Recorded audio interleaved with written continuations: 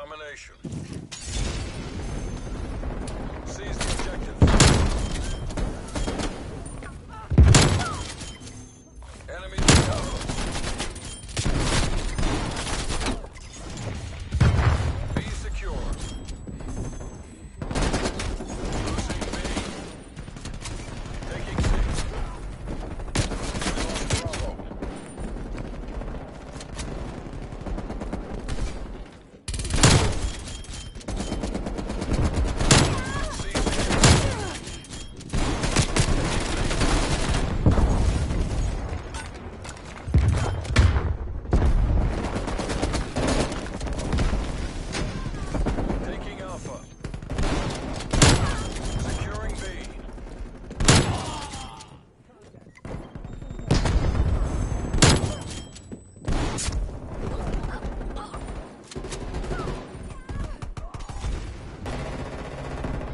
Capturing the Taking objective. Bravo.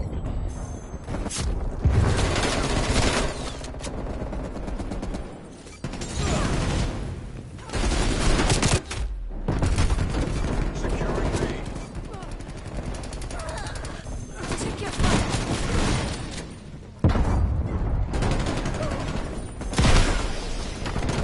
Bravo secure. Losing C.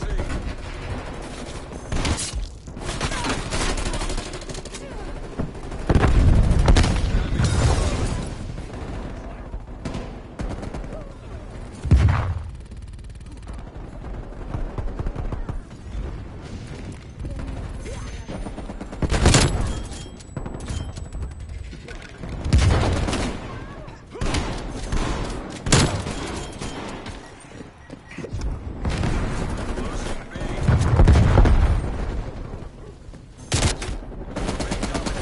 Aggressive. Taking Charlie.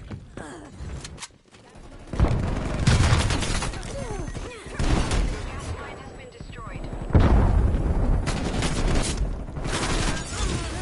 Bravo down.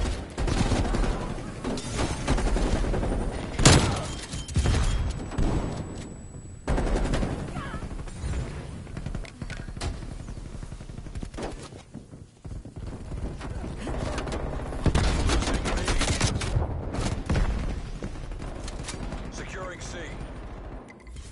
We're being dominated. Take those positions. Taking Bravo. Charlie secure. Capturing the objective. B secure. Losing Charlie. Losing Bravo. Enemy took C. Securing. They're dominating us. Go on the offensive. Securing Capturing the Bravo. objective. This isn't how we drilled it. Pull it back.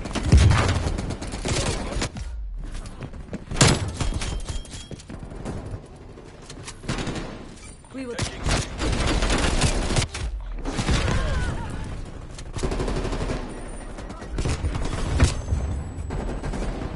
Alpha lockdown.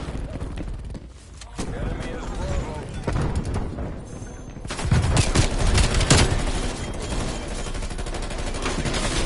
Target. Friendly. Fight to your last breath. Take this back. One down. We lost A.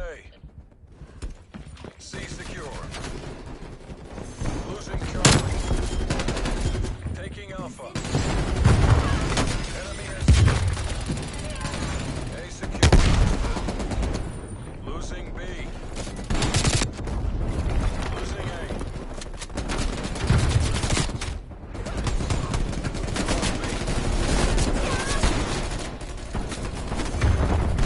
Securing Bravo.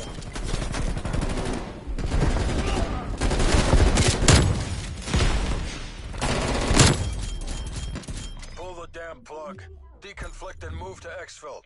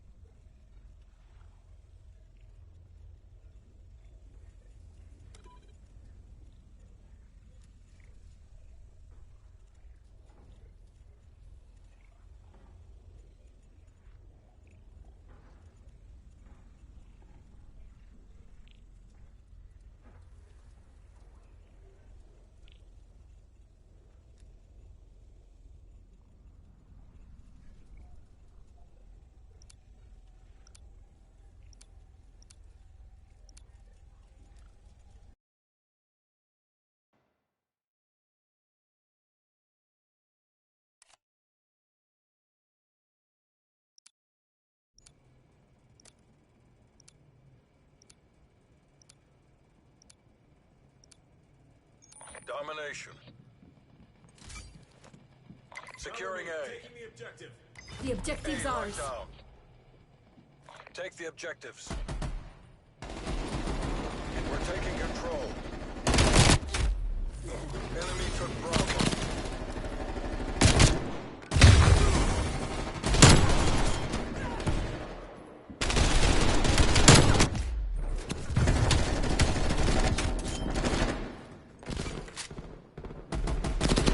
Enemy has Charlie. Taking B. We've fallen behind.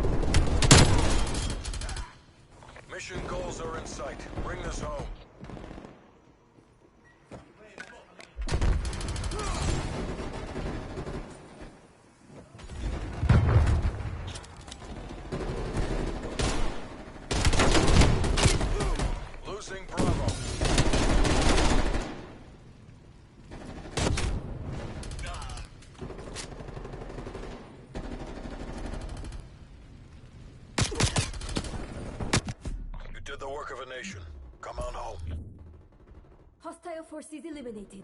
Awaiting extraction.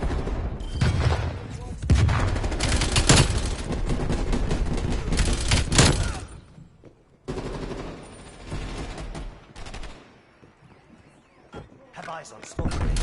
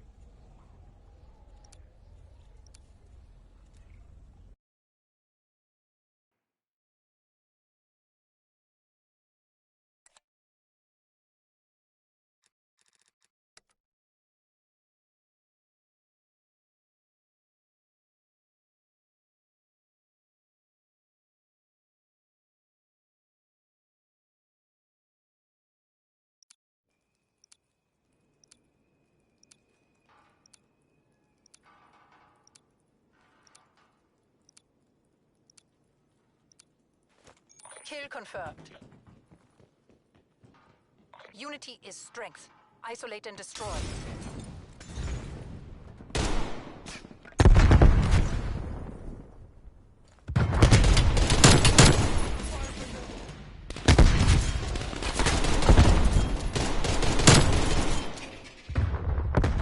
Throwing frag.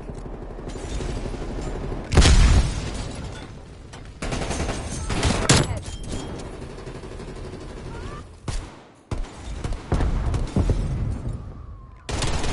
We're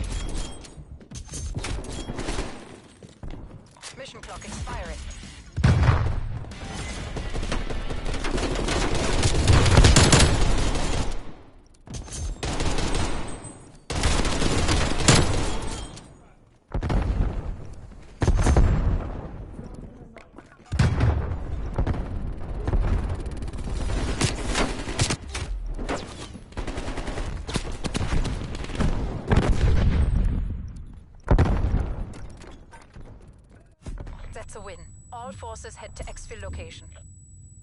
Enemy eliminated. Moving to exfil.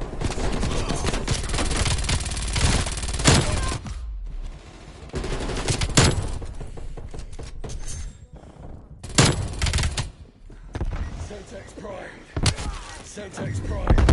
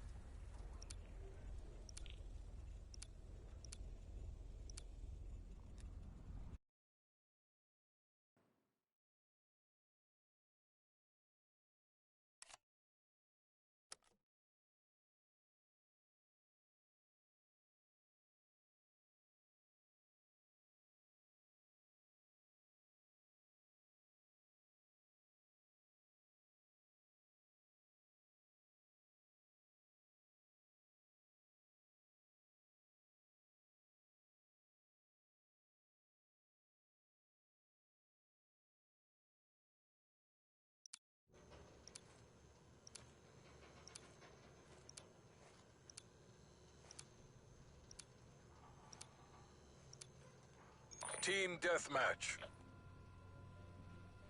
Weapons free. You are cleared to engage. Pulling ahead.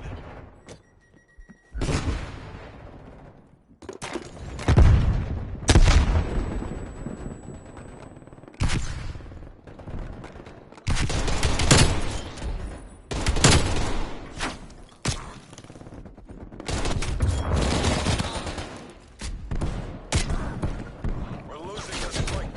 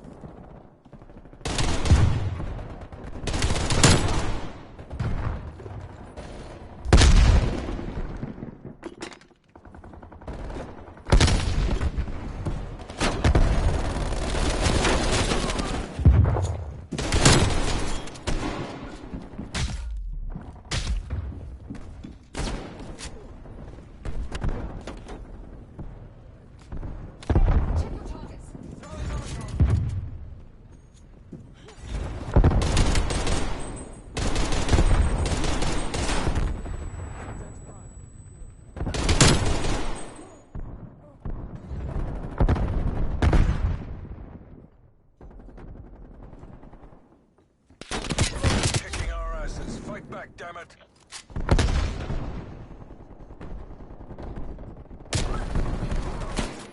Check your fire!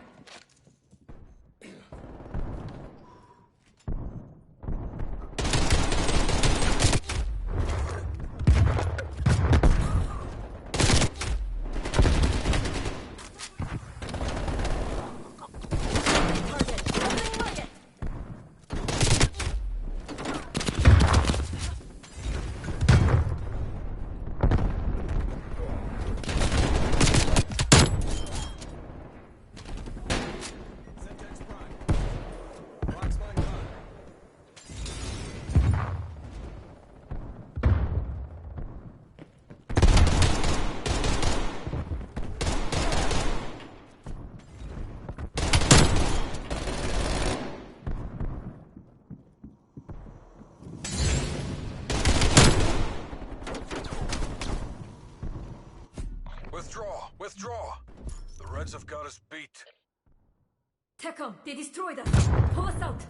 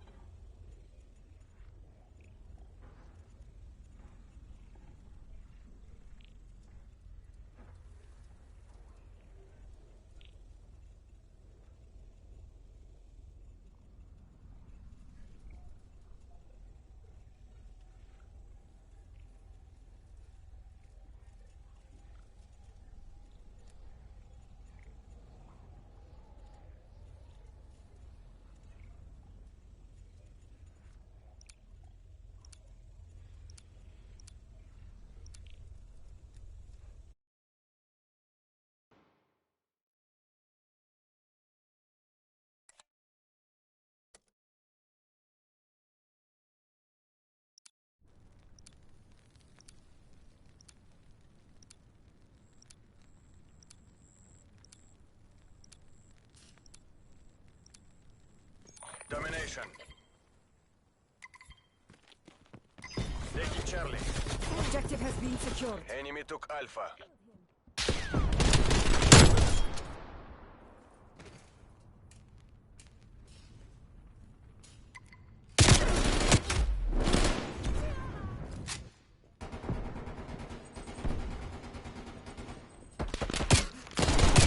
See one. Enemy has B. Capture the objective.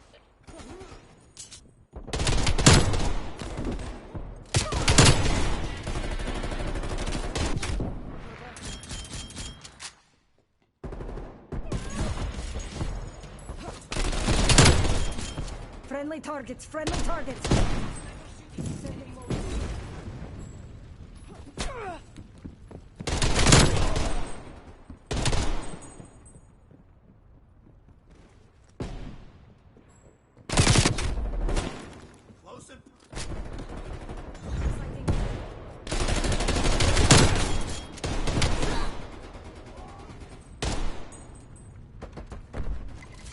Taking Bravo. Taking the objective.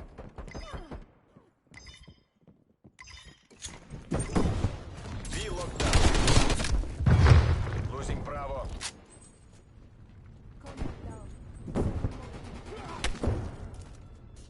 We lost Bravo. On fire!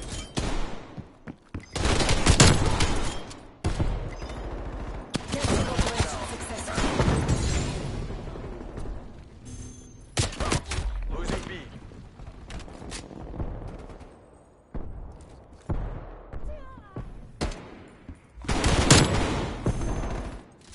Securing Bravo.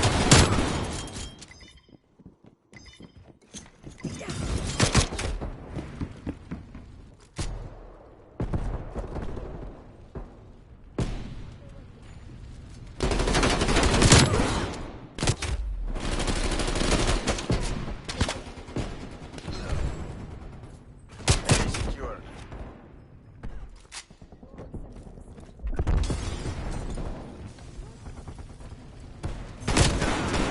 B. I am working on it. Losing Alpha. Maintain current posture. Losing Bravo. Losing Charlie.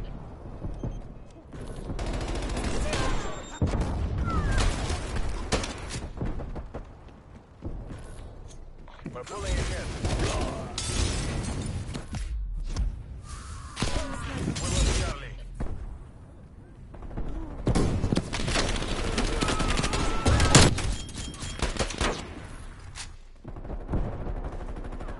We lost B.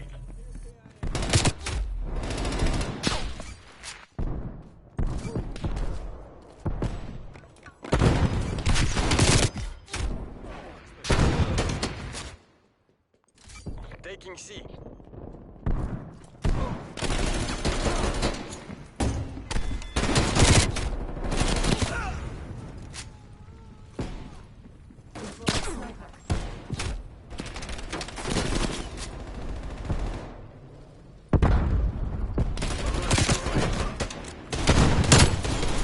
Taking Bravo.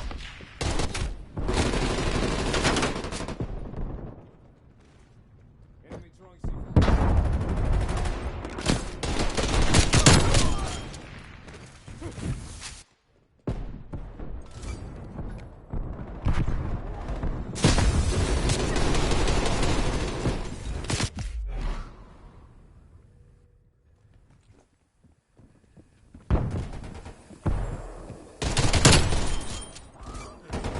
Taking B.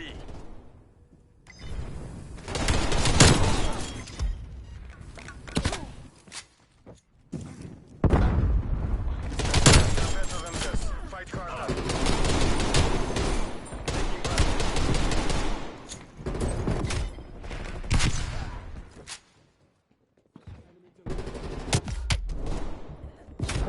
Desperate times mean desperate measures. We have to take this. Let's turn this tide. Securing Bravo.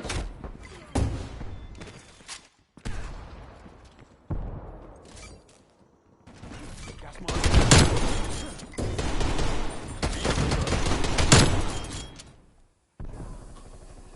We lost A.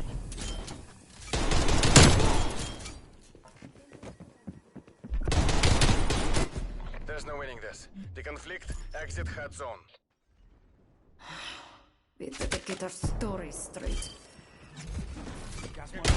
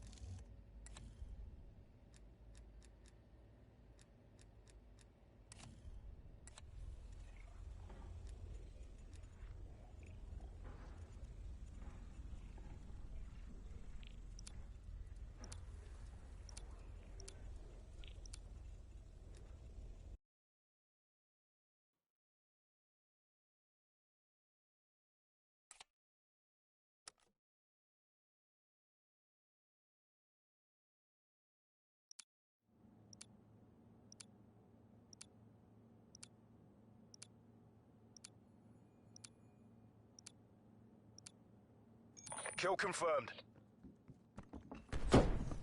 Use of deadly force has been approved. Execute. We're taking control.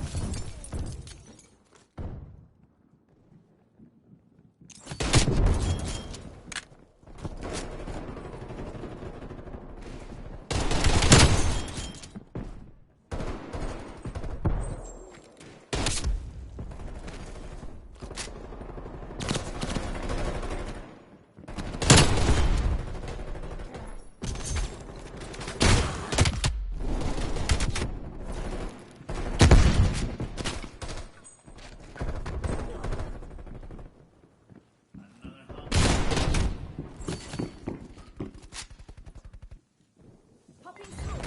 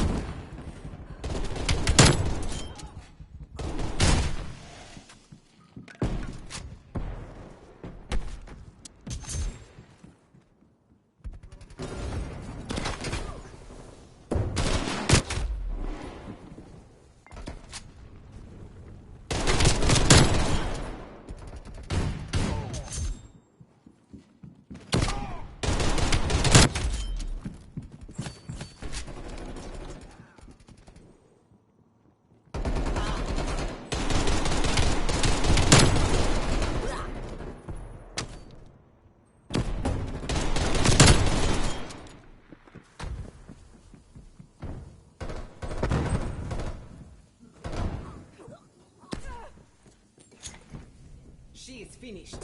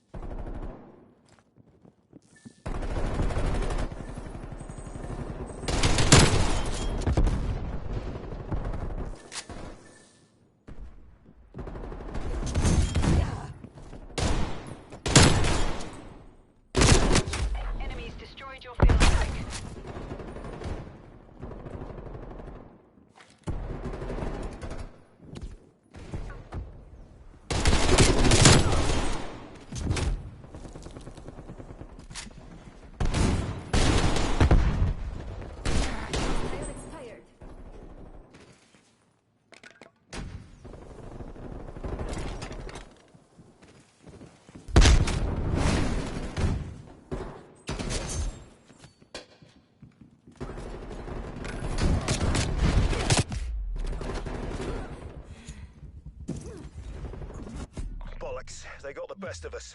Time to fade. We're overrun. All teams, fall back.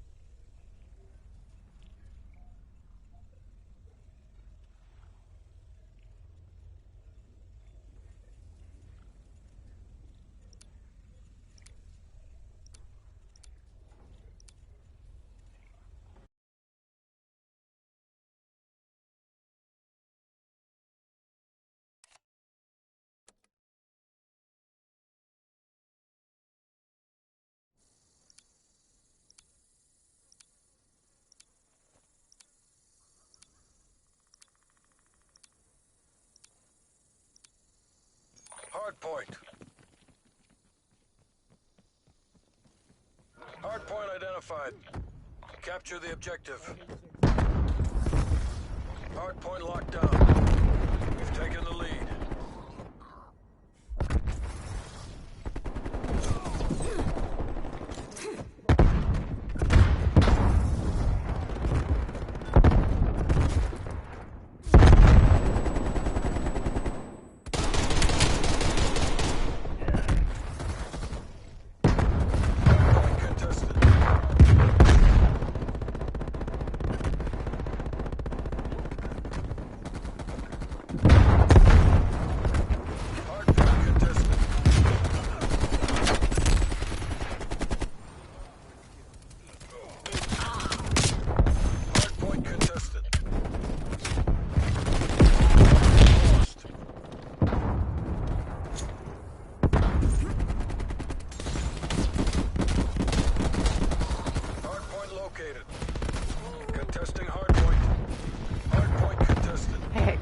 Hey, hope you're having an awesome day. If you're not, I hope it gets a little more awesome soon. It's going good. I really like this night vision.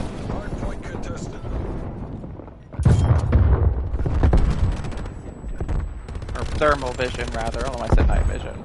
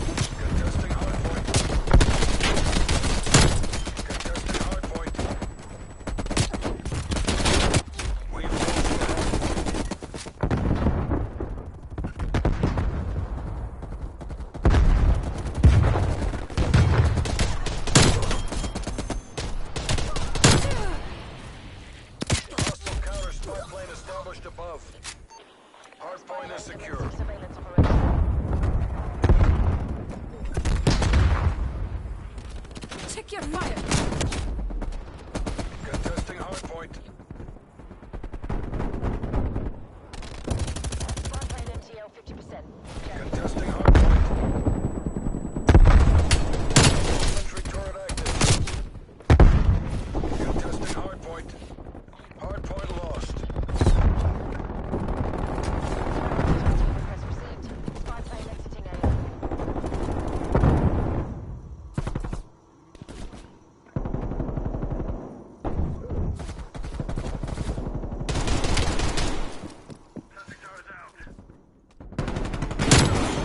Hostile care package inbound. Hardpoint locked down.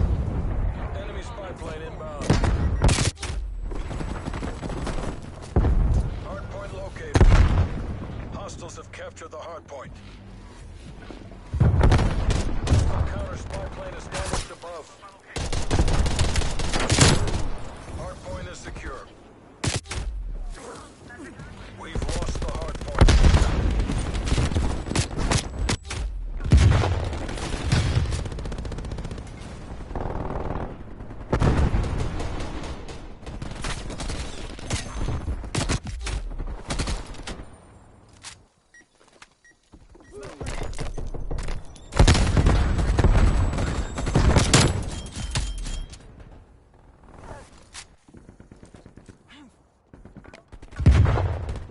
Hostile sentry turret active.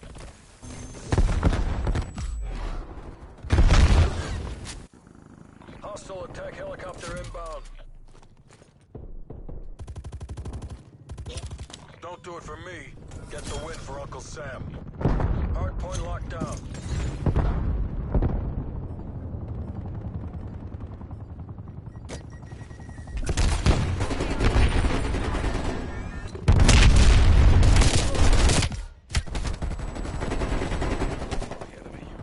Contesting hardpoint. Check your fire.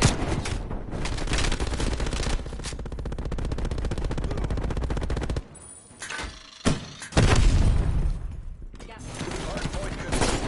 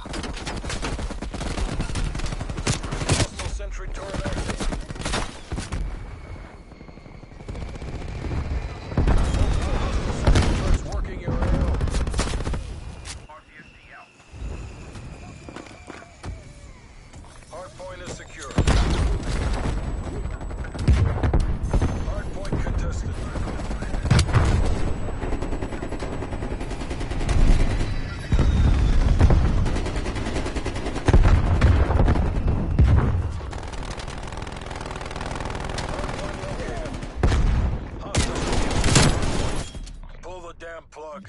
Deconflict and move to exfil. Hard fail. Hard fail.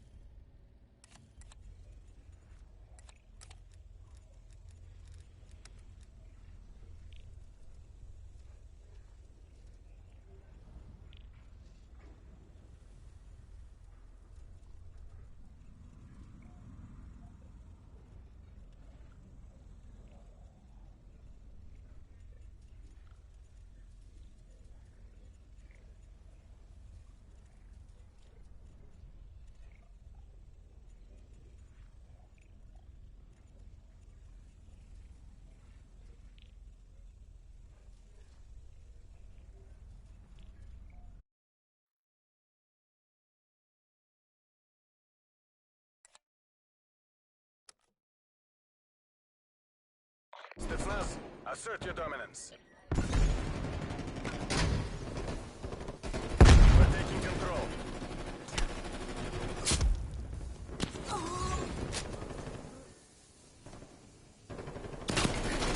We've lost the lead.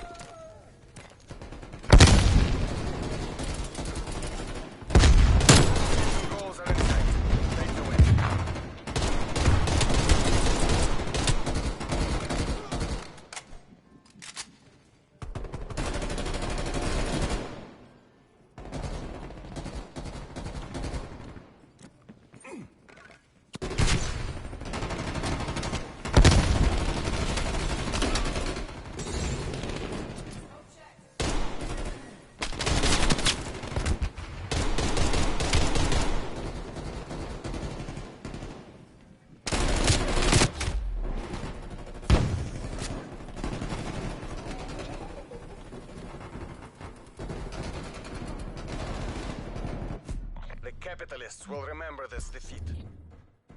Area pacified. Port Nova out.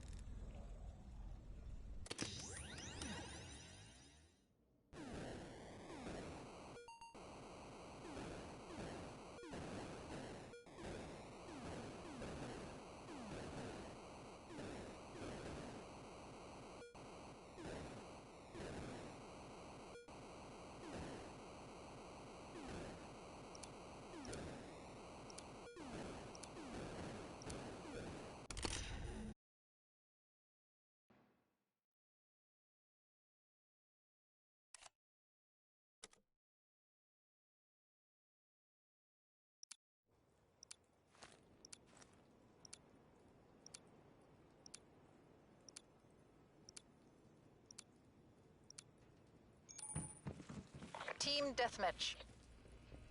The Westerners believe us weak. Proves them wrong.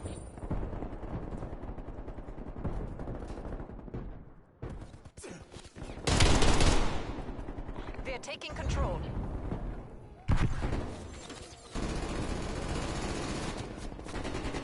We're losing the advantage.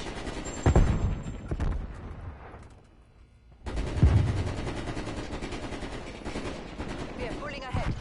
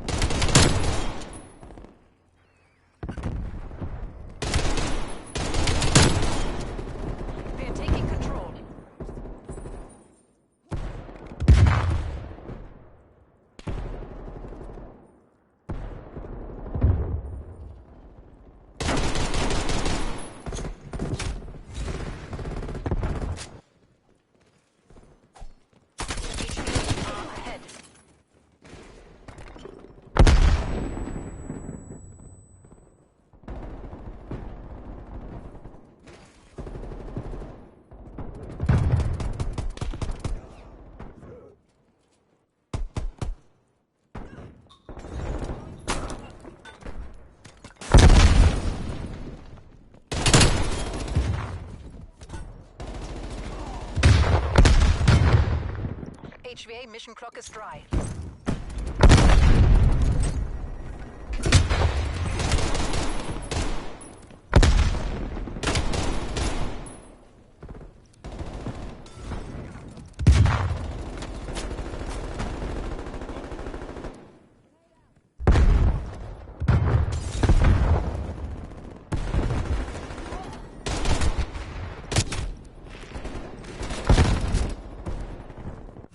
You did the workers proud.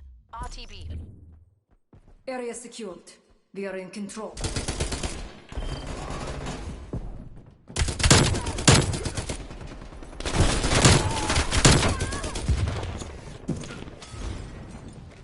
Kills.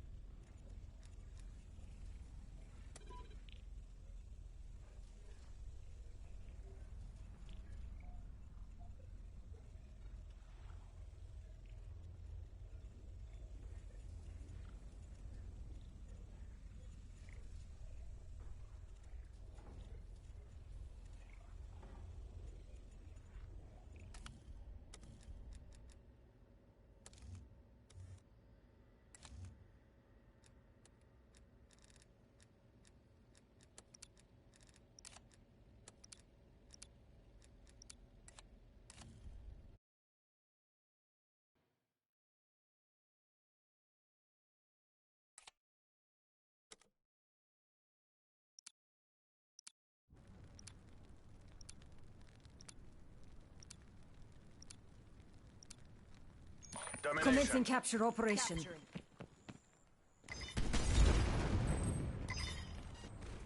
Taking Charlie.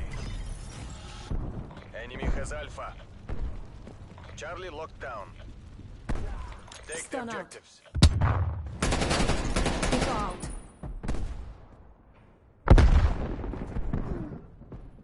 Taking B.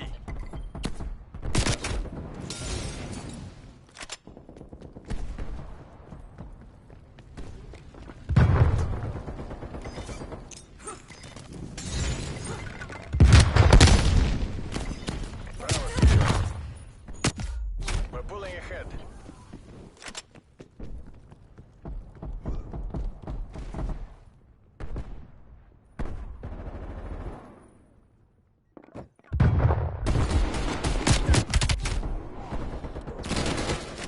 Losing B.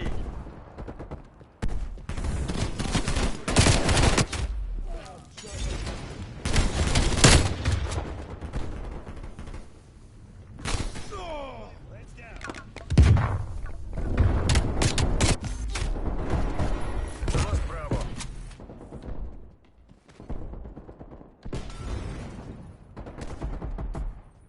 This objective is Taking Bravo.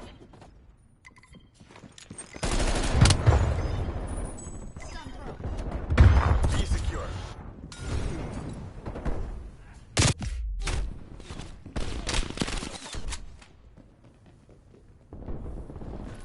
Losing C.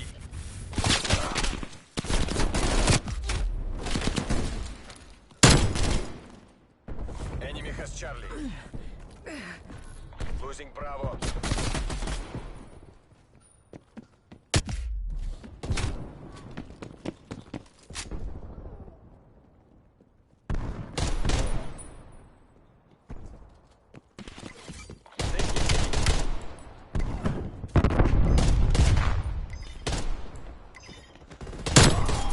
Charlie secure.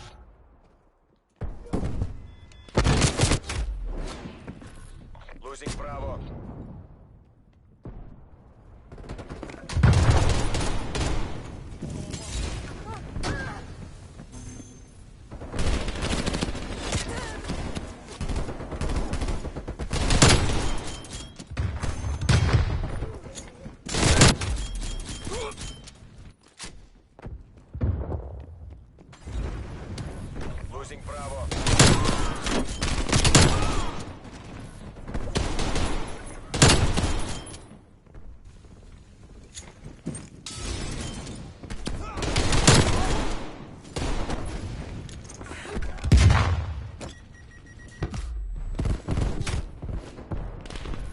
Losing B.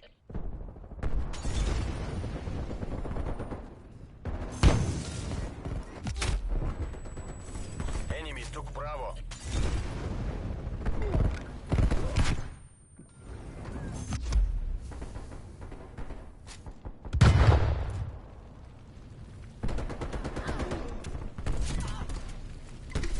Securing B.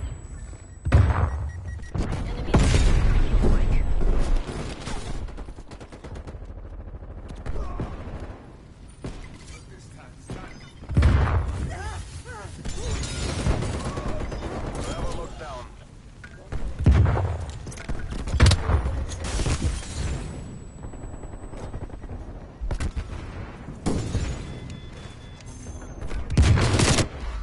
Losing B. We lost Bravo.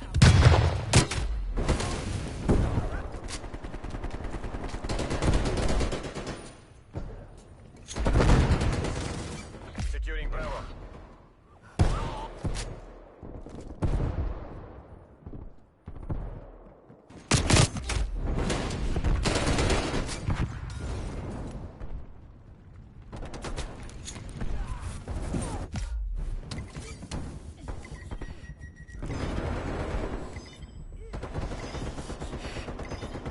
Bravo, secure.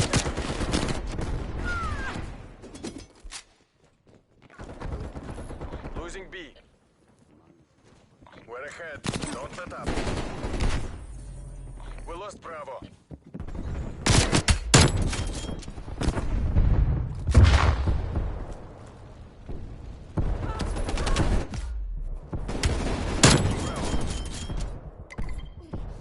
It's as good as ours. Tightened by the numbers. Be secure. Losing B.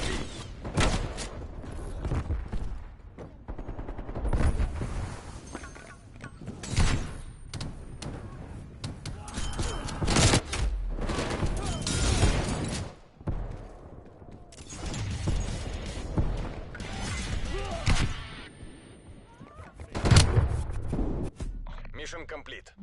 Clean up crews, ensure there are no survivors. Enemy eliminated. Moving to exfil. That was a fun match. Very close.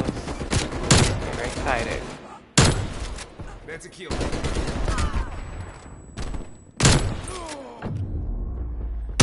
Semtex coming in.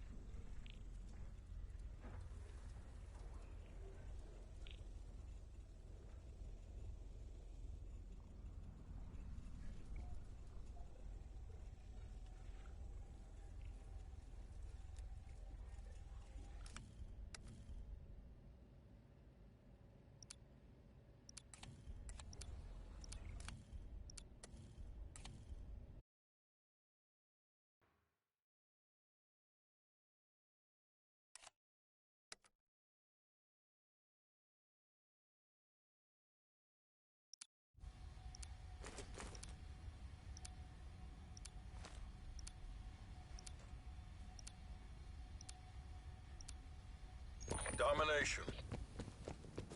Capturing the objective. Taking B. Seize the objectives. B secure. Pulling ahead.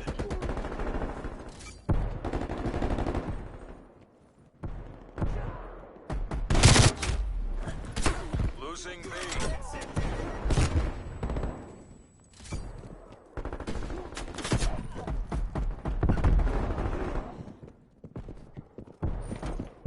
Frag out.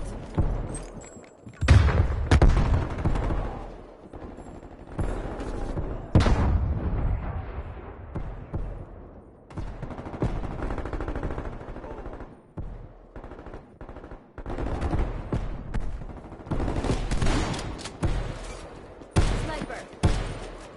Enemy took C. Charlie.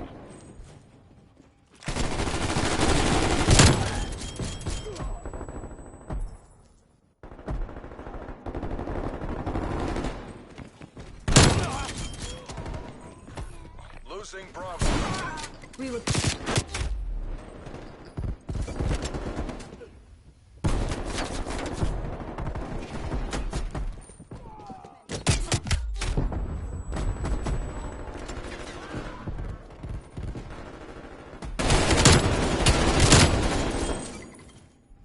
한 놈 해치웠다.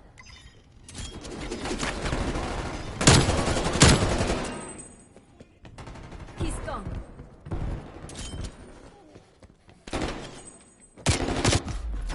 Losing C.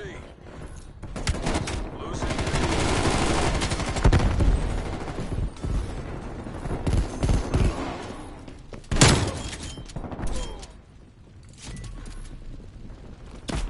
Proximity mine down.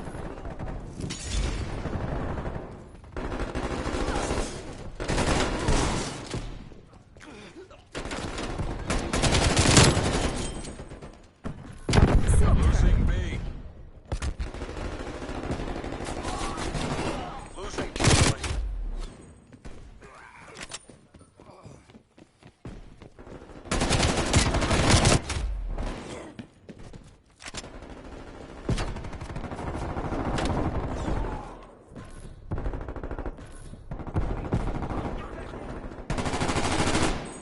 Enemy has Charlie.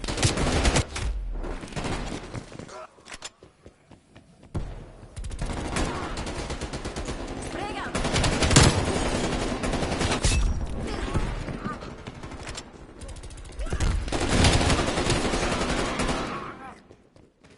Capturing the Securing objective. C.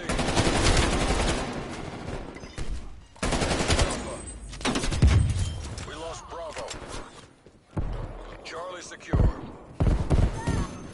Losing Charlie.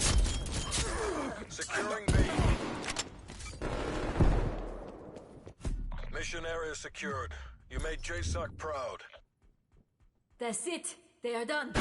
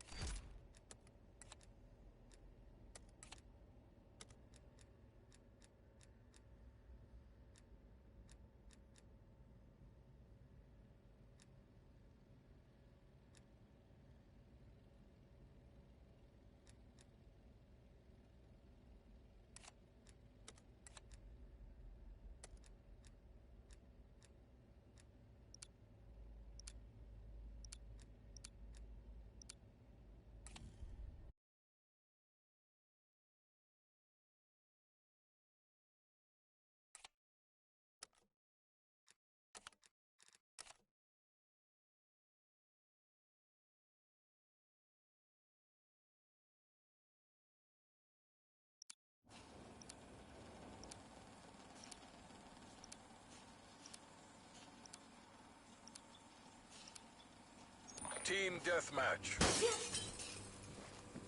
CIA team, defend our freedom. We're in the lead. We're losing this fight.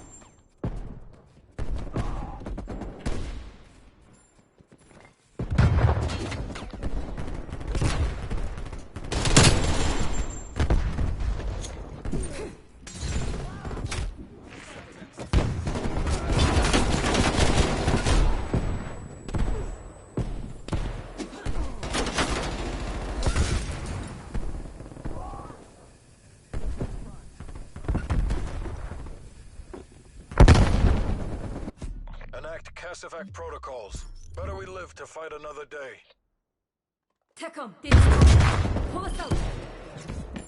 Control.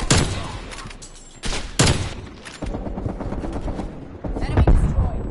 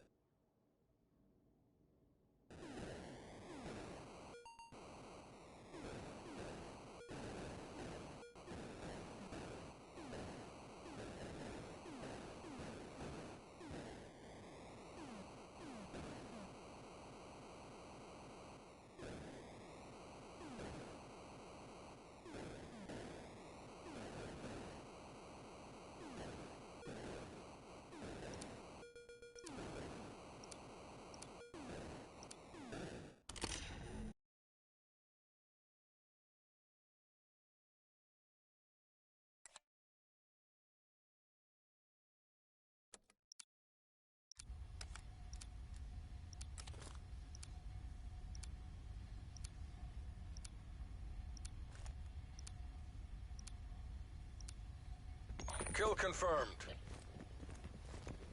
Hammer down.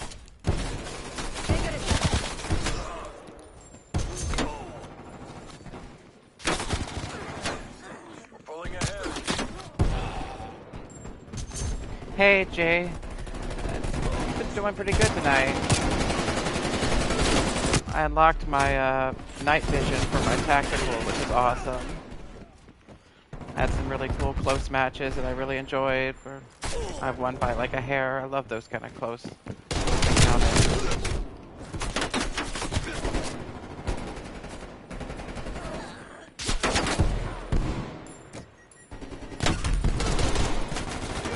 Taking a little break from Nuketown and 66.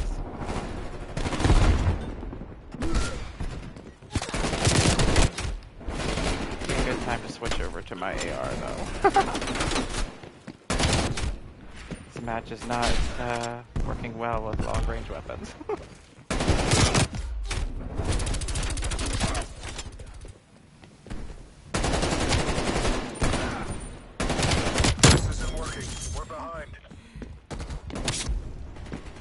There's always somebody with a melee weapon waiting to stab you or beat you with a baseball bat. Enemy throwing something.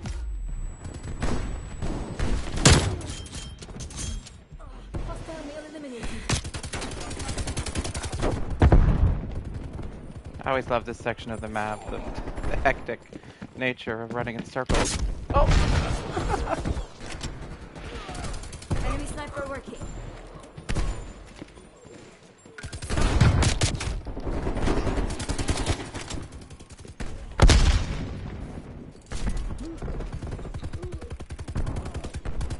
Earlier got a 3.60 ratio laying prone at the mall level on one of those displays. Never really tried laying up there before. It worked well. They did not realize I was there, did they? They were... Yeah, it looked great.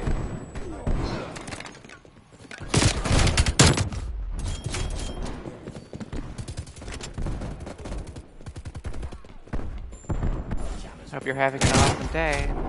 If not, I hope it gets a little more awesome. Oh yeah, it is.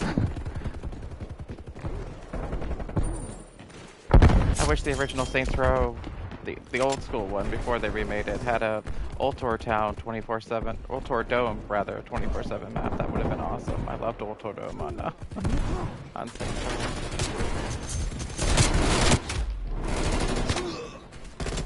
That original release of Saints Row really had unique multiplayer that they haven't recreated since. Some of those modes. I loved the blinged out ride mode because it was so tense. You'd have to drive the car to get upgraded. You're driving the team car. It's like all that pressure is on you, especially during the gang matches.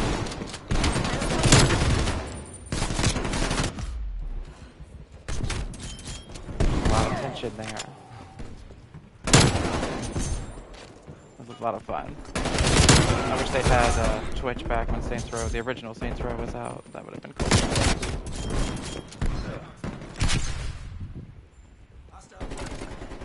Or when Shadowrun was big.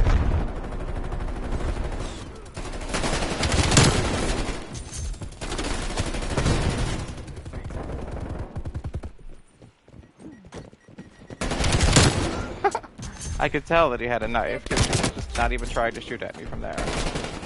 Ready to be off work and head home? That sounds good.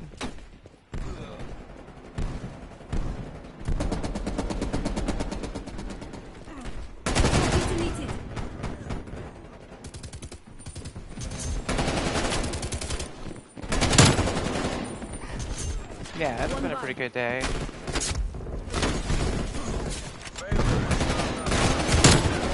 Watched some videos on YouTube before I started streaming. Drank a little red wine.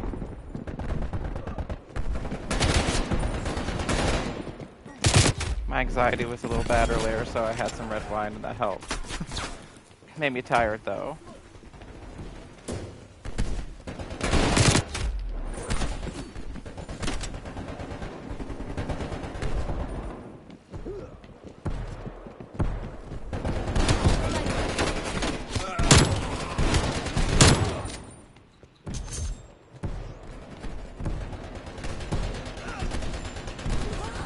I don't drink very often, like less than once a month, but when I do, it's kind of nice. Compared to when I was younger, I used to drink a little too much when I was younger. Luckily, I ended up quitting that. Now I just drink very socially. Oh. Shot him in the butt.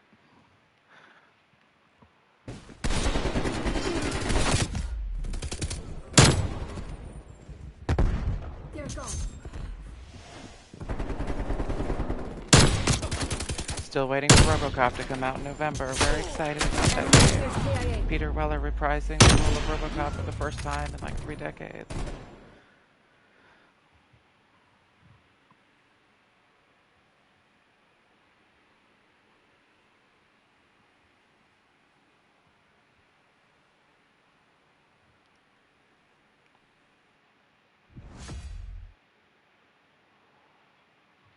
I was going to pick up Modern Warfare 3, but they're coming out with a new Call of Duty game supposedly next year. At least that's what I hear on Reddit. So I'm just sticking to this one for now because I want to save money to get the Texas Chainsaw Massacre game sometime.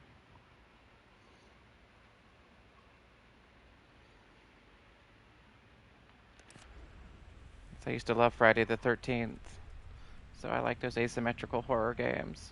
Although I don't know how Texas Chainsaw Massacre is going to pan out with 3 killers. I'm used to evading 1 killer.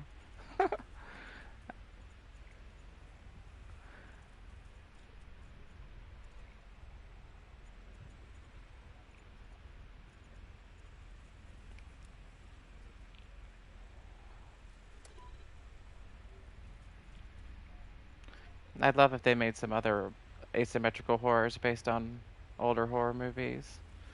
Like a Chopping Mall video game or a Night of the Demons video game. Night of the Demons would be interesting because when you get killed by the demons, you would literally join the demons, like in the movie. So you would become a demon yourself. That would be an interesting game to have asymmetrical horror of.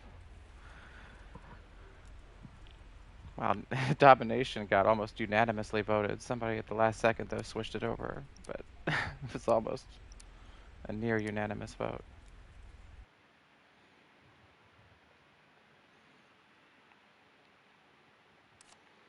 Of course, Nightmare on Elm Street would also be a great asymmetrical horror. It'd have to be based on the 3rd movie to where everybody's in the nightmare at the same time. I love playing as Freddy in Dead by Daylight. Oh yeah, I'm looking so forward to that. The last RoboCop game they released was that one by Titus on the Xbox and PS2. And that one was not great. They had RoboCop saying quotes like, "Oh yeah," like the Kool-Aid Man and stuff. It was kind of corny. Enemy took A. But I still played through it because I'm a huge RoboCop fan. Like I have all the dialogue from the movie. Remember by heart.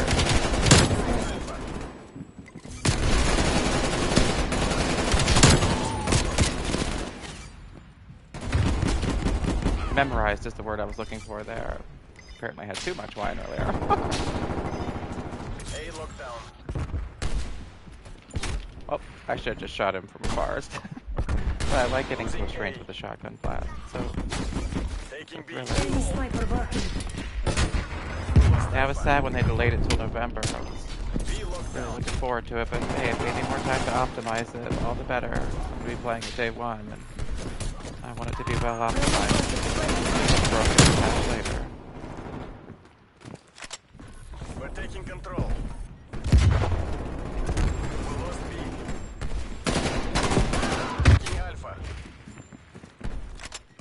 Also a little interested in the Starfield game. I'm such a huge Bethesda Enemy fan. sniper working. Played all the Elder Scrolls, Fallout games. Well, all the 3D ones. I didn't play the old school 2D ones.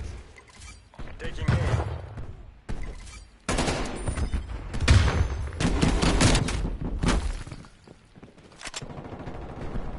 I'm probably in the minority in that I like Oblivion more than Skyrim. Although I'm finding a lot of people nowadays realizing that Oblivion was better than Skyrim. Securing A. Just has such a more lively, colorful world that the music, oh my gosh, I love Oblivion soundtrack. I listen to it regularly. We're being dominated.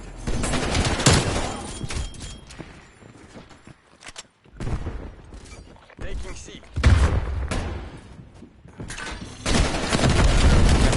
that the composer for Oblivion had just been in a near-fatal car accident before he wrote the composition for the game, and that's why it has this beautiful joie de vivre to it, love for life. It really comes through. Really beautiful soundtrack to listen to when you just want to chill. Sniper. Taking Alpha.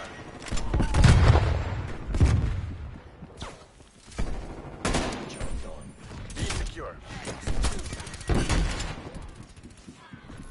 Losing Charlie. Down. Dig in and hold them. Shot out. Losing B.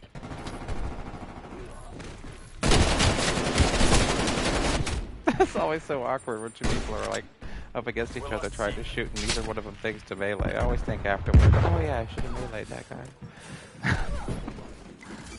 Securing Charlie. Enemy has B. Sometimes I think to whip out the shotgun in time. Taking B.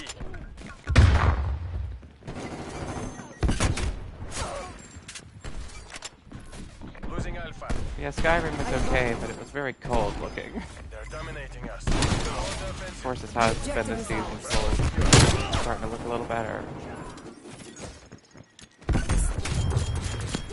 Hot season. Multiple heads over any given time to try and pull off. Back off, back off. Securing A.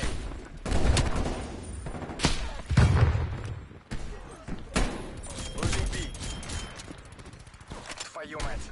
Oh, on YouTube somebody had incorporated AI, like proper modern day ChatGPT type AI Oblivion, to where they would be able to communicate with the people in the game, replies from them, like real time, like a real person, which is pretty cool. It'd be interesting to see that incorporated into more games in the future. We lost A.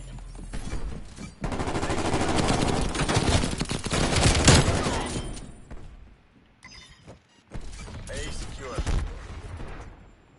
Team was starting to make a comeback at the end here, but it's a little too late because unless we capture all three zones, it's Losing looking Alpha. like a loss.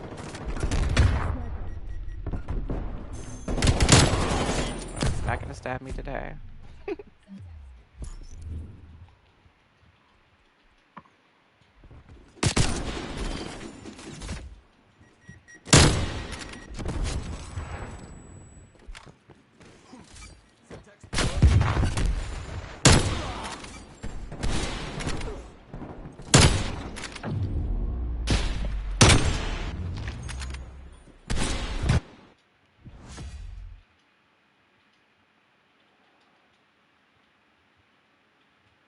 I've been so excited for this RoboCop game since it's been announced. I was a huge fan of the arcade game as a kid. They had it at Pizza Hut nearby, and I never had enough time to finish playing it before the pizza got ready. It was always sad. My parents would have to go to like, no, I want to sit and play RoboCop more. And then I got the Nintendo RoboCop game, the first one, the best one for the Nintendo, when I was a kid, and my gosh, I loved that game.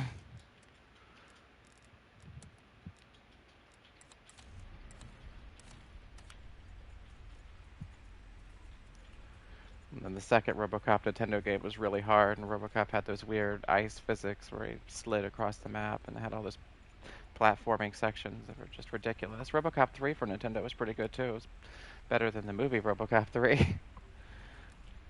which I joke about, but when I watch it, RoboCop 3 is actually not terrible. It's still better than the remake of RoboCop. It's just not as gritty or gory as the others.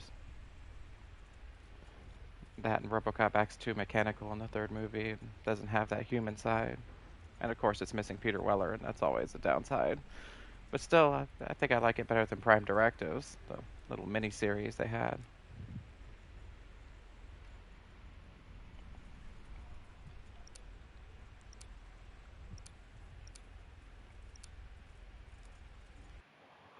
This map.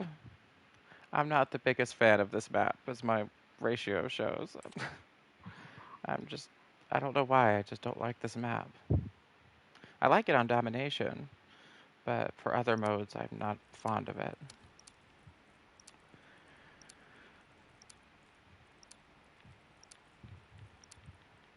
Team deathmatch.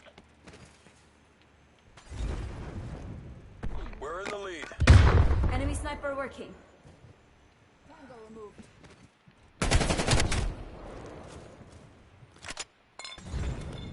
We've fallen My tactical. behind. Wow, didn't have time to do that right after a spawn. You're representing the company. Work clean, work fast.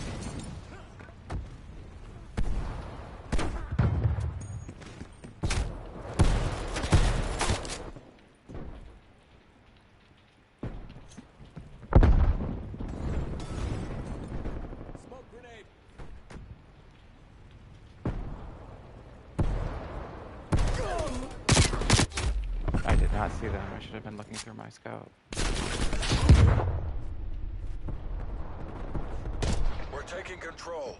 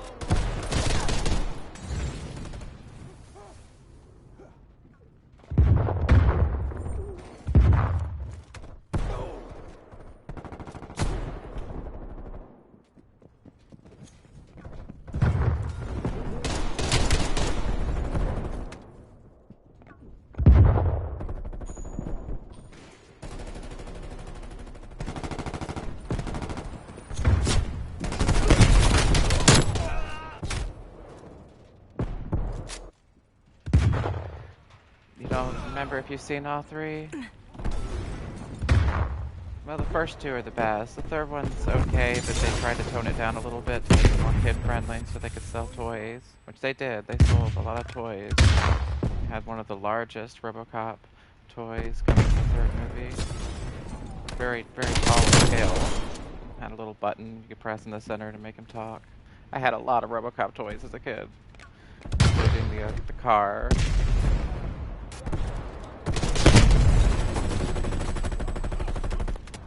But I never had it at 209. I always wanted to have it at 209, but I could never find it as a kid. It would be such a cool toy to have. I used to have nightmares when I was a kid that my parents had bought me a life-size at 209, and it would chase me around the house. It would scare me, and I couldn't turn it off. Those were some scary nightmares. I have a lot of killer robot nightmares for my life. They're always frightening.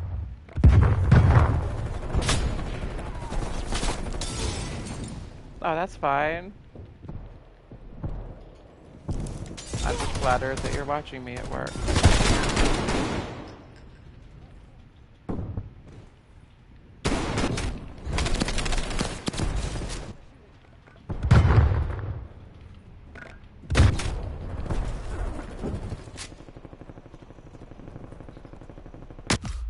Oh, I didn't even see them. They were right above the... They were right above that little doorway. I've never seen anybody sit up there. Oh. No, got poisoned. I really should equip that perk that makes me immune to poison. I believe there's a perk like that. We're losing the advantage. Crazy here. Really not a perk like that. I thought there was, though. Don't do it for me. Get the win.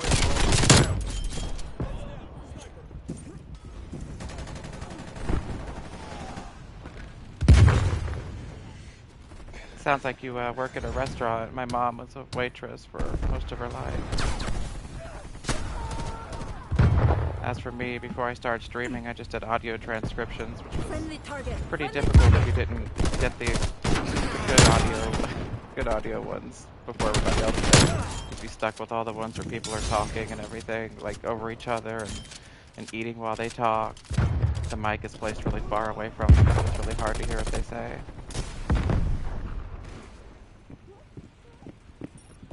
Like, it seemed like the ideal job at the time because I can type really fast. Like, even from when I was a kid, I could type 180 words per minute because I had a web TV growing up. Bring this home. I didn't have a PC when I was a kid, but I had a web TV. It's because I spent so much money on my consoles as a kid, so I wasn't able to afford a PC.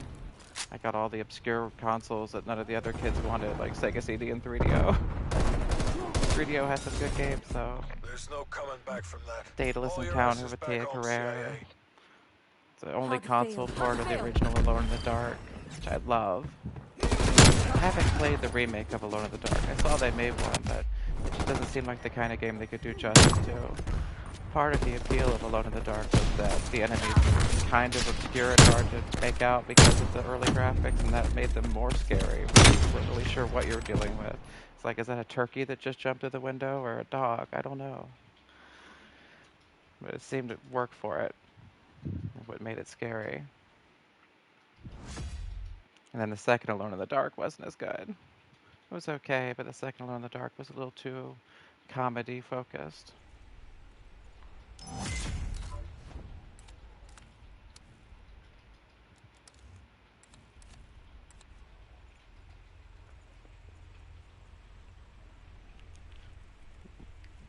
The only obscure consoles I didn't have growing up were Virtual Boy and Jaguar. I never had a Jaguar. My parents once came home with a Jaguar game, though, thinking it was a Genesis game, and I was like, that's not Genesis, it's Jaguar. The cartridge is slightly similar, but different.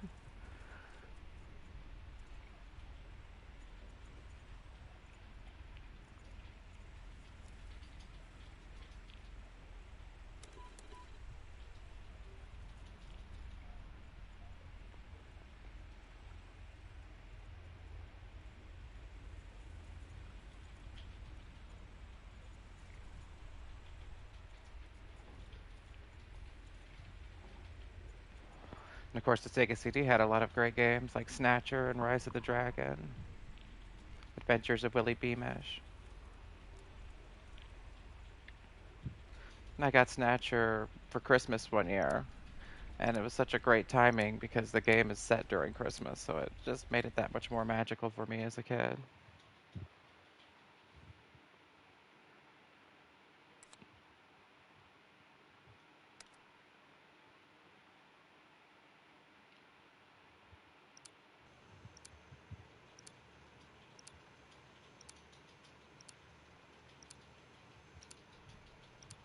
I always wanted there to be a sequel to Snatcher, but it was not to be. We just got SD Snatcher, Super DeForce Snatcher, A secure. but no proper sequel. Charlie. Capture the objective.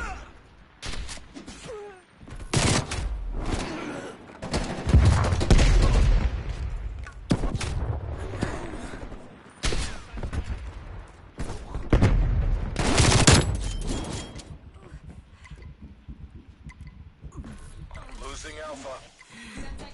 Taking base. Capturing Bravo secure. Enemy has A. C secure. Losing B.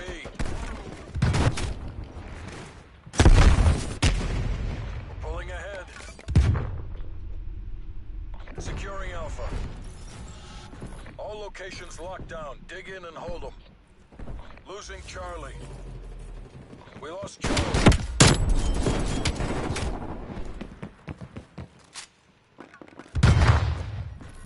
Losing Bravo.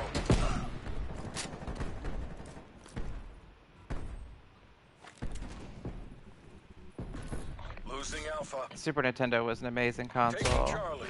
as was the PS2, but Location I think the secure. PS1 was my favorite of the Sony consoles back then. But PS2 did have the X-Files game, which I thought was pretty awesome.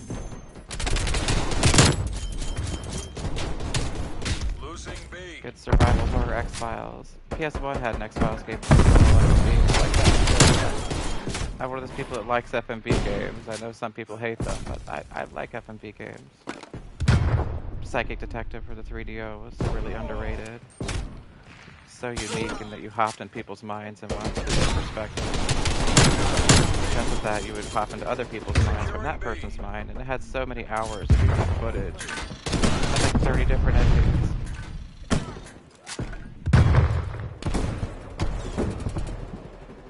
Yeah, Super Nintendo is one of my favorite consoles. Brings up some of the most nostalgia when I think about it as if I was a kid. Super Mario World, Earthbound.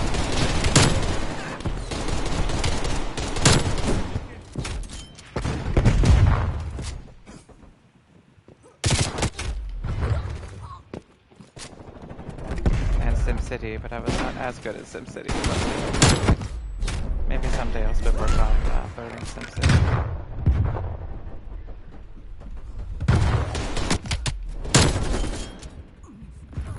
Losing Charlie.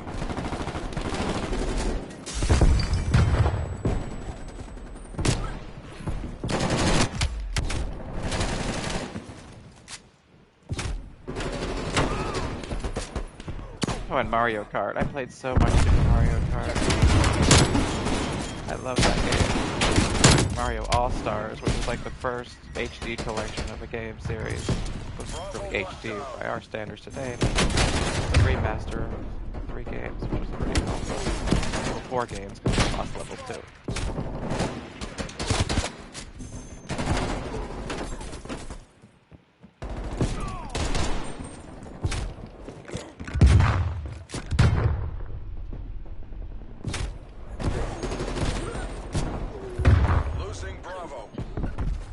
Around the PS2 era was where I hopped on the Xbox bandwagon. The PS2 I had died, and so I popped up the Xbox and played that instead. But I had it stored in a really cramped area. I had it stored where what later would be my center speaker area. It was just this little nook of... I had 3 TVs in my room, 3 CRTs, so you can imagine that.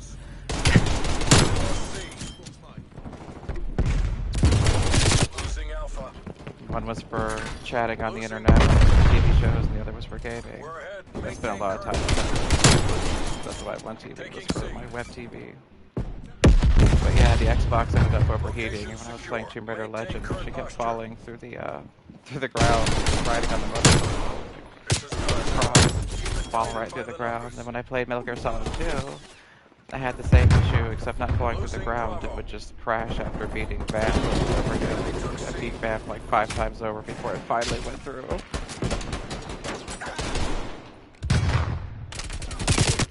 And then I stuck to Xbox for a lot of years. But for this generation, I wanted to go to PlayStation because there were a lot of exclusive games I missed out on. I'm a big fan of JRPGs. The objective's ours.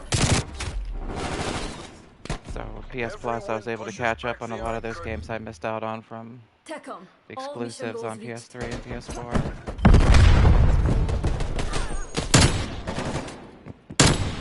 Splash. It's also another reason I got it this generation was to experience the Final Fantasy VII remake, and I know they're remaking Silent Hill 2 as well. I don't know how good the remake's going to be because it's by Bloober Team. I'm not entirely sure that they'll be able to do justice to it, but I guess we'll see.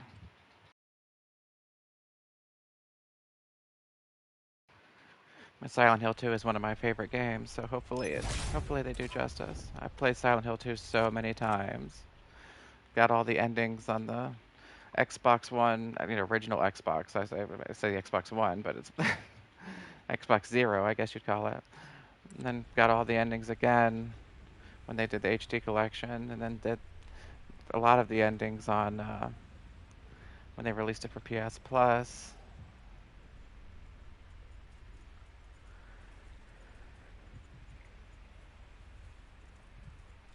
So I've replayed Silent Hill 2 a lot of times. I love that game. I used to hang out in the forums where they would speculate about... Oh, it's Amsterdam again. Maybe I'll switch over to Nuketown. But I used to hang out in those forums where they would speculate all these theories about whether or not, you know, James was in a loop or this, that, and the other. it was fun to speculate. There were so many different fan theories, and that's one thing that makes me nervous about the remake, is it might stop people from theorizing quite as much about the old school Silent Hill 2. And I loved those theories. I love when a story has itself open enough to where fans can just come up with all these crazy theories and talk about them endlessly.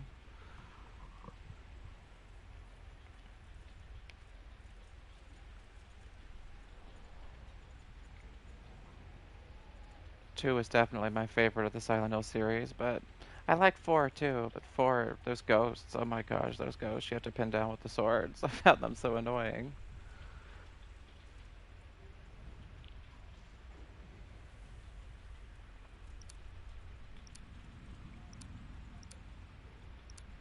But 4 had a really good concept to it, in spite of the difficulty.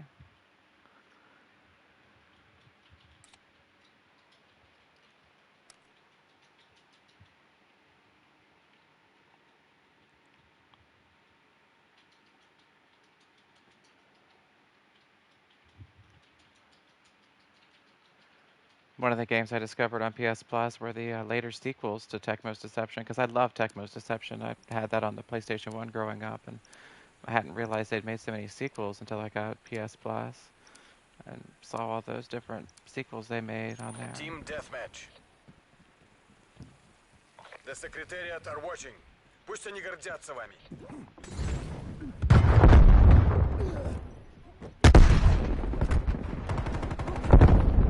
The game is such an outlier. There's really no genre practically for games like Tecmo's Deception. You have Night Trap, Double Switch, and Tecmo's Deception. The games that really involve using traps to kill people or trap people.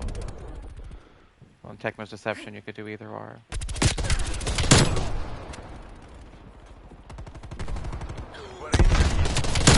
And yeah, I had Night Trap and Double Switch growing up. I loved those games. Double Switch was what got me into watching Corey Haim movies, and I started going to Blockbuster, and they had a book there that said where all the movies various actors were in. I would look for all the different Corey Haim films. Hold fire. When I was a kid, I was a huge Corey Haim fan. We're losing the advantage.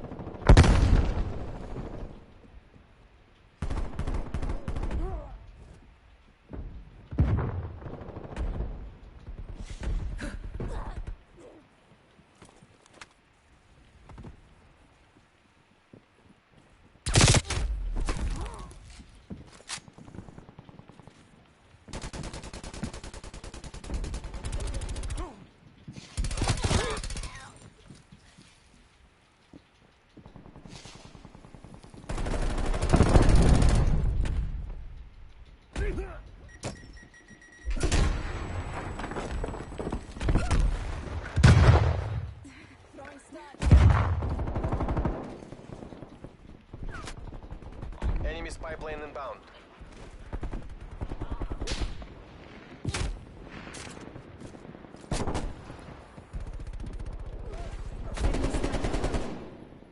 Enemy sentry turret detected in your AO.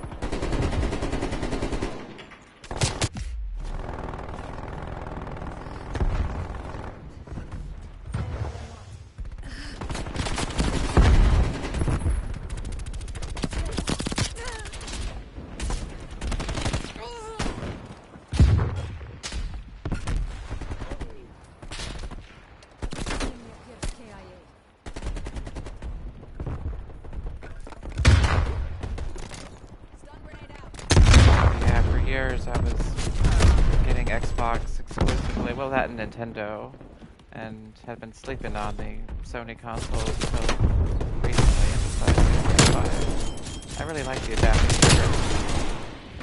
So lifelike when pulling the trigger. extra little force needed. Stun grenade out. Grenade out.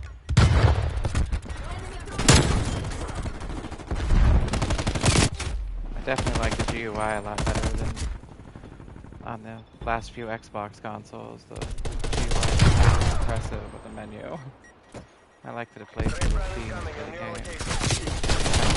Nintendo 3DS, which I had, but didn't spend a lot of time with. It felt like a lot of the Nintendo consoles I got for very specific games, and then didn't spend much time. Ace Attorney was one of those games. Paper Mario, big fan of those. At least until they got rid of the RPG elements. I miss the old school Paper Mario games that were RPGs. They made Mario and Luigi the main RPG series. Mario and Luigi Dream Team.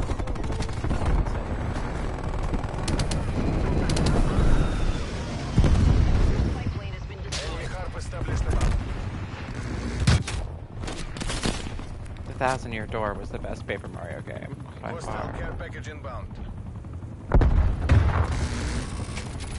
Up your game. Consequences.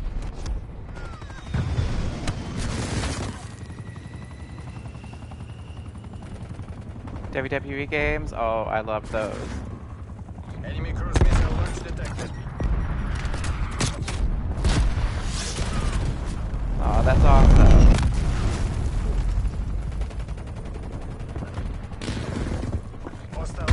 Yeah, I like the GTA games as well.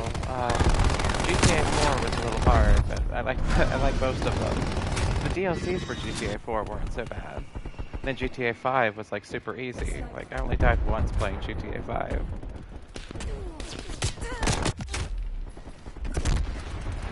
But yeah, the old school WWE games, I think Day of Reckoning would be my favorite out of those. We're done here, Spetsnaz. Though I still Go back to remember being extraction super site. excited when We just got then handed our WWF asses. Attitude had come out for the PlayStation 1. Because the roster was so expanded, Warzone just had Stone Cold, Ahmed Johnson, Ken Shamrock, just a very basic, had Undertaker, Hostile like a expired. little over a dozen wrestlers, and then Attitude came out and you had X-Pac and Road Dogg and all these other wrestlers that really weren't included. Super excited for that. But Day of Reckoning, I feel like, had the best reversal system of any wrestling game. I'd play it in versus against my sister, and we would be just reversing moves back and forth.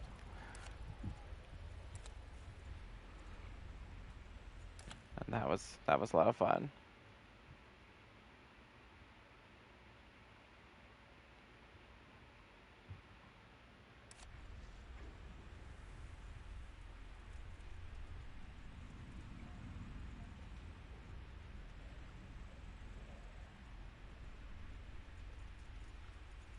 I really liked the one SmackDown vs. Raw game that had proper GM mode, because I love setting up my own rivalries and matches and everything. I had a lot of fun with that.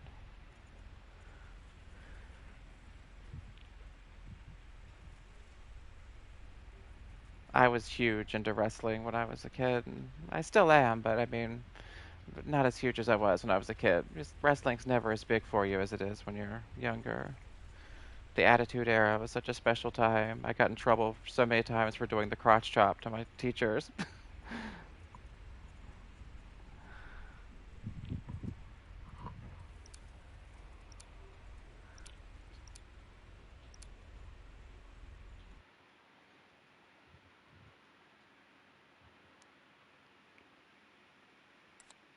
Here Comes the Pain.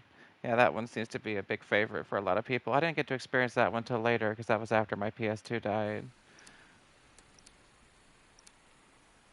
So I had like WWE Raw for the original Xbox, which was great, and then it at least had the custom theme songs, which I was a big fan of. I used to use Kiss from a Rose as my theme song, and my sister would always be like, "Can we skip the entrances? I don't want to hear the song again." Like, no, I love Kiss from a Rose. I want to hear it again. Charlie locked down. We're taking the lead. Enemy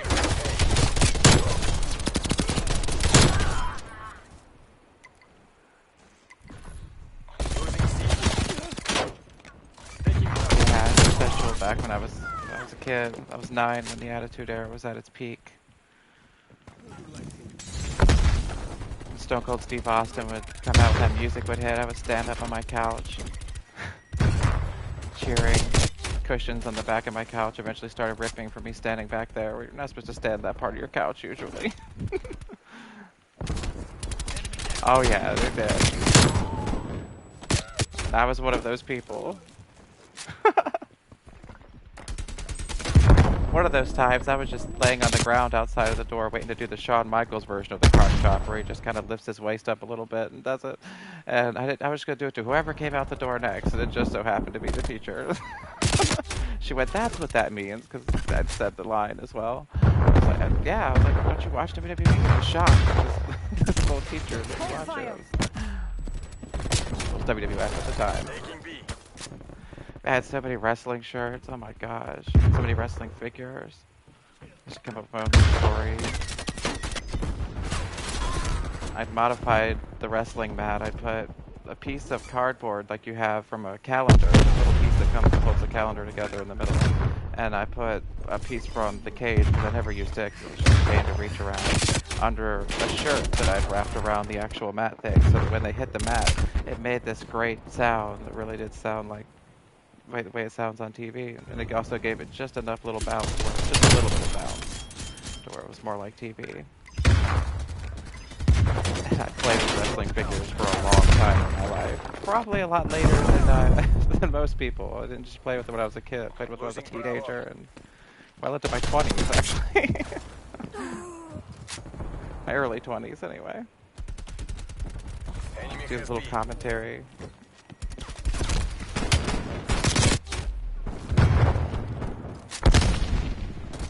Friendly targets, friendly targets.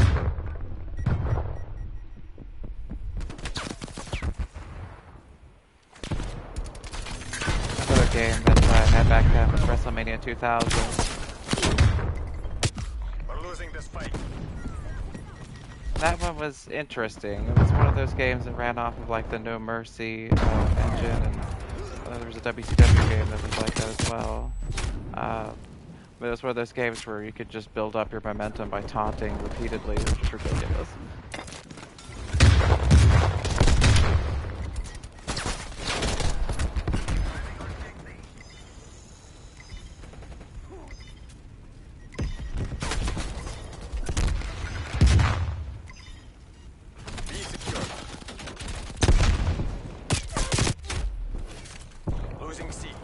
Those compressed theme songs on WrestleMania 2000, four cartridge and on a CD. It was really funny. Entrance videos. I remember when SmackDown came out, the first SmackDown game. I didn't like the actual gameplay too much because the collision was all lost and everything. But I loved that it had the entrance videos behind the wrestlers when you. Yeah, I loved that. Just hang them on the wall. Cool. I'd like to collect more stuff like that. I just don't have anywhere to put them these days. It feels like every house I've moved into over the years has been a little smaller than the last one. At least my room is smaller. Securing A. So now I don't really have anywhere to put stuff. Losing C. We're falling behind. A lockdown. We lost C.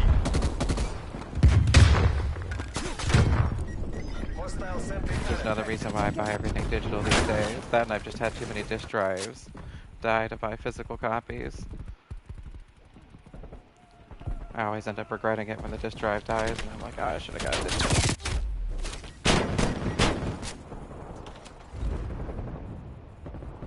Multiple hostile sentry turrets working your AO. Securing Bravo.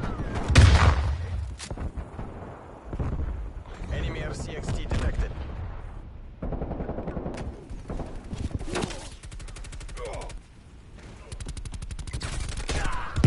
I used to, when playing with my wrestling figures, get like a matchstick, and I would use the matchstick as like a flaming 2x4 for hardcore matches. I've never actually burned the figures. It would always, fire would go out by the time they swung it. The wrestler. It was perfect. Created the effect.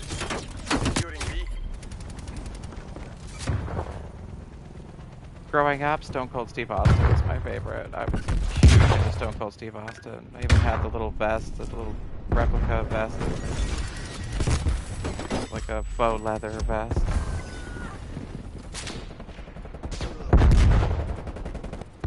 As for current, that's a tough one.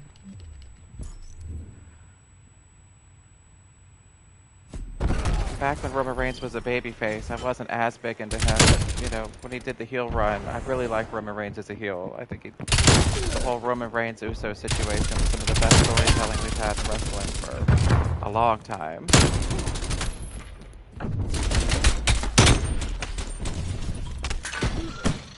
Switching rally points.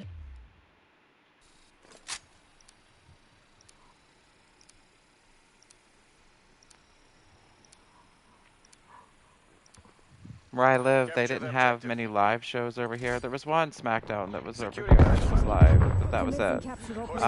So I went to mostly house shows. But the house shows I always got better seats at, and I'd get to, you know, shake the wrestlers' hands on the way to the ring and stuff. And Billy Gunn had a heck of a grip. He had a real tight handshake. I liked Billy Gunn's handshake. I got to touch Tori Wilson's hand, which was really exciting for me as a kid.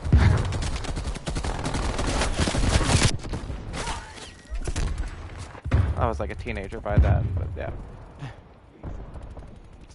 At my age, that's still a kid. 36 now.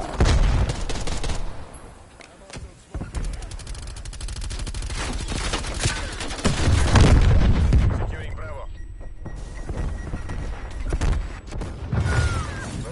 I remember Rob Van Dam walked right past me and shook my sister's hand, but went past me. I had my hands up, and he was just doing that, where he just grabbed your hands and you have them like raised in the air. And he skipped right past me and went to my sister. I was so sad at the time. I was like, oh, it was a huge Rob Van Dam fan. Yeah, Billy Gunn's awesome.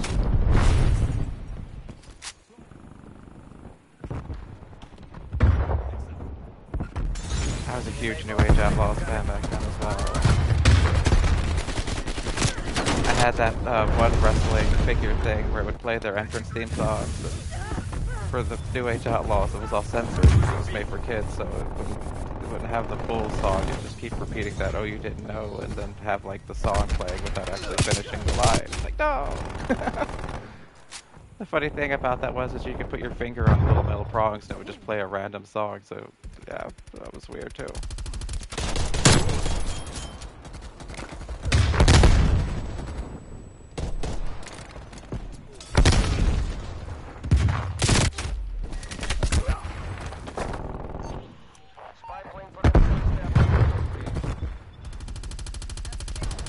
The last show I went to, I was under the impression that the arena didn't allow you to bring phones. So when it came time to leave and I needed to call my mom to pick me up, I thought there would still be a payphone. I didn't realize at this day and age there's no payphones because I wasn't leaving the house a whole lot back then. So it's like, oh, there's no payphones. But AJ Styles came up to me, you know, get autograph something or, you know, generally take a picture with me, and I was like, I didn't bring my phone, so I couldn't take a picture, and I didn't bring a sign, so I couldn't get an autograph on a sign, because I never bring signs to wrestling events, because I don't want to block the view of anybody behind me. So he was stood there, like, across from me for what seemed like a really long time, like, just waiting for me to have something from the sign to take a picture. I was like, I don't have any phone or any sign. It got really awkward, and I felt bad afterwards. I was like, I should have brought something. Be secure. That was the last show I went to. Which was the first show I'd gone to by myself. Usually I'd bring along my sister or a friend of my dad's when I was younger. And that one was the first one I went to by myself. It took me forever to find my seat because I didn't know the seat numbering system and everything. I was walking around. During the first match, had Bobby Roode in it. So I was trying to find my seat. And eventually I asked the security guard, I was like, where's, you know, this number, this letter, whatever. He showed me where to find it. It was under the chairs. I was so confused at the time.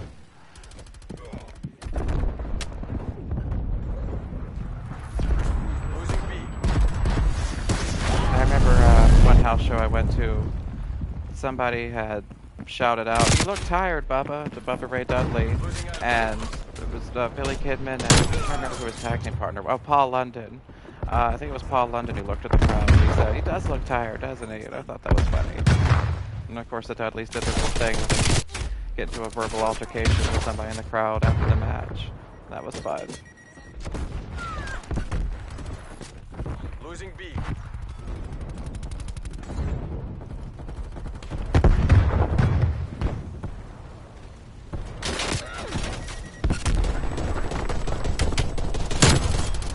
Hostile CXT in your AO.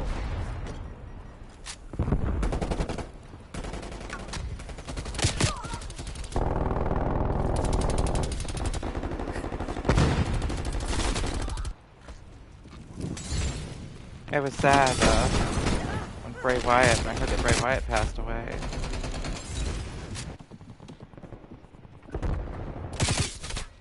Bray Wyatt, when he was doing the whole Sister Abigail and the whole cult thing, I really thought that was going to be like the next big, huge thing in wrestling.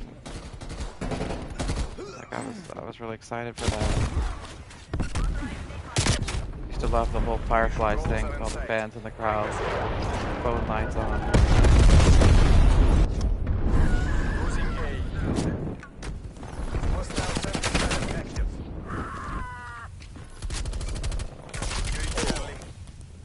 I try to get into AEW too. I like AEW, but it's just so hard to keep up with more than one wrestling show these days. It's hard to find the time. All locations secure. There's so much Hold your wrestling on positions. TV as it is. You got Raw, SmackDown, NXT. Losing Alpha. It's hard to squeeze in AEW. But I try to sometimes. I do like AEW.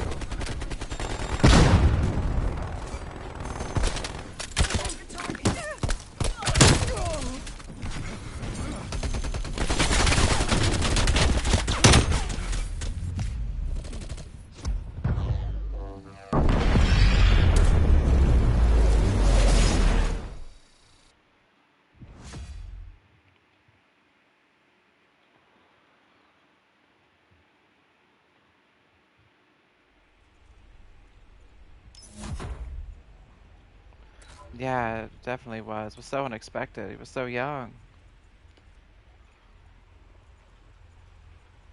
And it was just a couple days after Terry Funk died as well. I love Terry Funk. He's such a good guy. On Beyond the Mat and stuff like that, he seemed like he had a really good heart. He was such a great hardcore wrestler.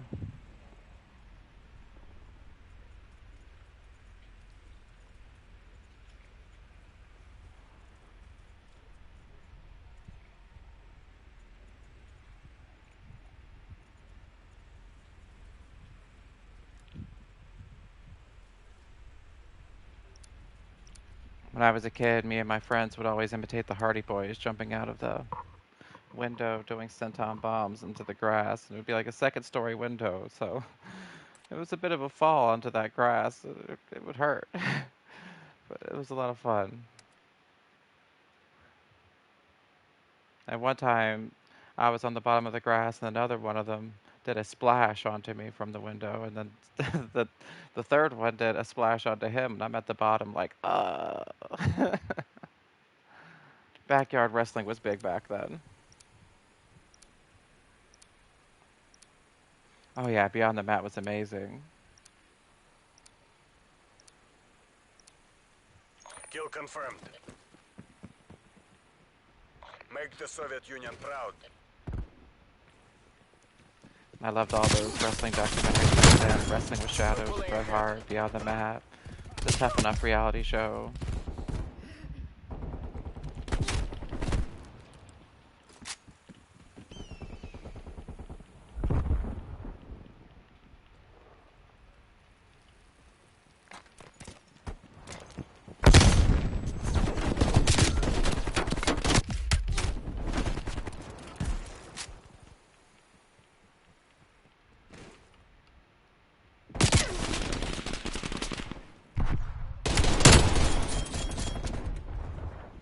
This isn't working.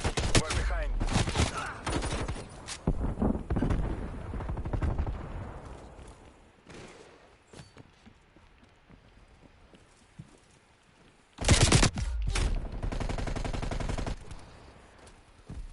I still remember for the year 2000, at New Year's at 1999, they had a special for WWE.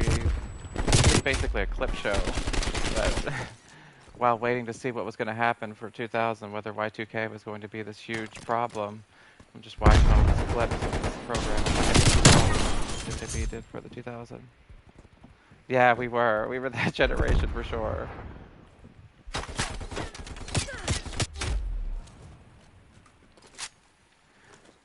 Backyard wrestling was so huge back then.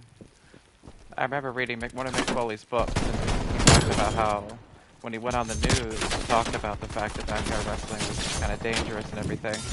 They played a clip for him of kids just, very safely backyard wrestling, and he said, it looks like kids just having fun, and they ended up editing that clip over him after a clip of kids, using fluorescent light tubes to hit each other with, and barbed wire and things like that. So they really misrepresented Mick Foley on the news back then. It was really unfortunate.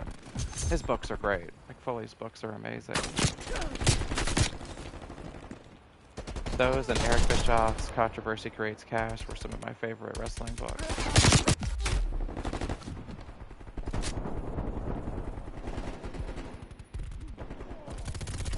I have a lot of autobiographies of wrestlers I need to get around to reading. But all the Mick Foley ones and the Eric Bischoff one I definitely read. And I read Shawn Michaels' Heartbreak and Triumph.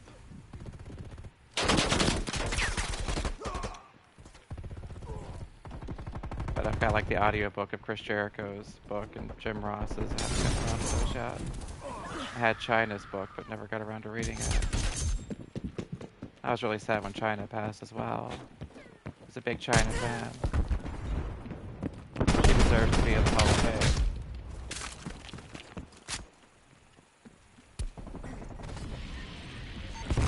Spy plane in the turn. Hostile spy plane established overhead. Friendly target.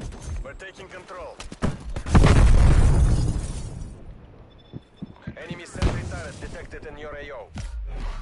Back when Chyna was paired up with Eddie Guerrero, that was really fun. Those were fun times.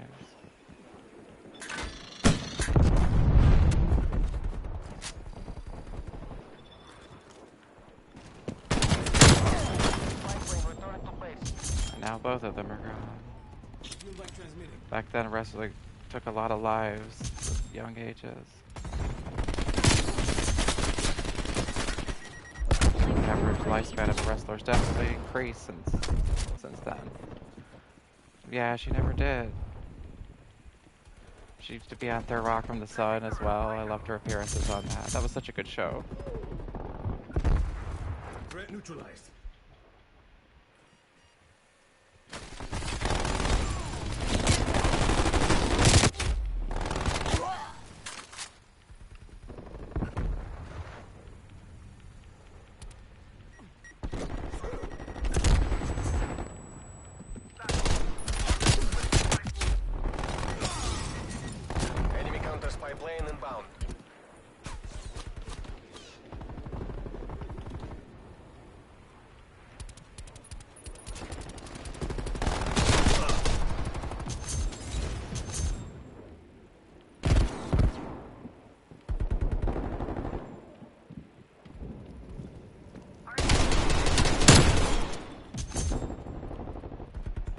Oh yeah, Eddie Guerrero was amazing. I used to love some of the things, but he would cheat in a match and then the referee would not catch him, and the ways that he would fool the referee were hilarious. It brought a lot of comedy to wrestling. I like when comedy is brought to wrestling in that sense. Like Mick Foley brought a lot of comedy to wrestling as well.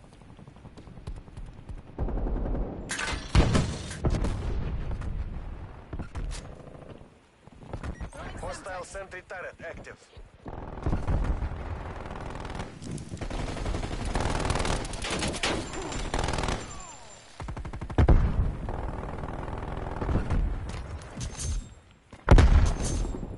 But yeah, he was a really great technical wrestler.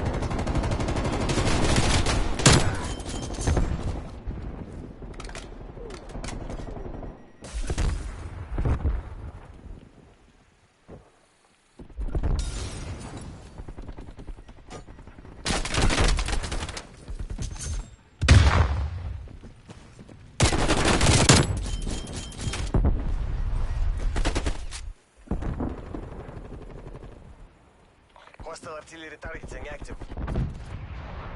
Net call, incoming artillery. Отлично. Spetsnaz, you're pulling ahead.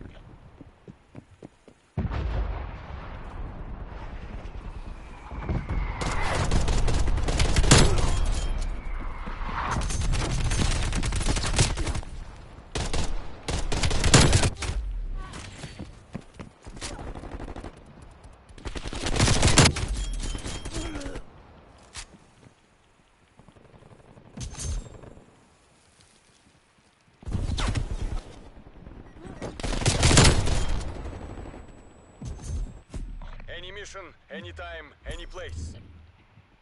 I only Area ever went to secured. one We are ECW in show. control. It was a house show, and I didn't get to stay there because they wanted to rearrange where I was sat, because I guess that they just wanted to make the arena look more full. I couldn't sit with my parents, so they wanted to move me down, and I was a kid, and it was like a big deal that my parents wanted me to sit with them or whatever. So I didn't get to stay there. Getting thrown out of an ECW show. Imagine being thrown out of an ECW show. That's hard to do.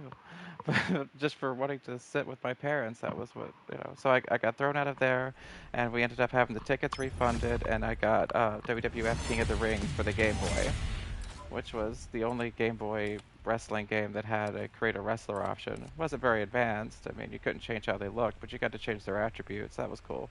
But I still would have much rather have been to the show before they closed down. I would have loved to have been able to say, hey, I got to attend one ECW show. And I remember talking to one of my teachers, and the teacher had gone to the ECW show, and I was like, was the Sandman there? I hope I didn't miss the Sandman. It was like, yeah, Sandman was there. I was like, no, missed the Sandman. Sandman used to get so excited when I would hear the Enter Sandman by Metallica start up, and the arena would go dark, and he would come out with a cigarette in his mouth, smashing a beer against his head. And a Singapore cane in his hand.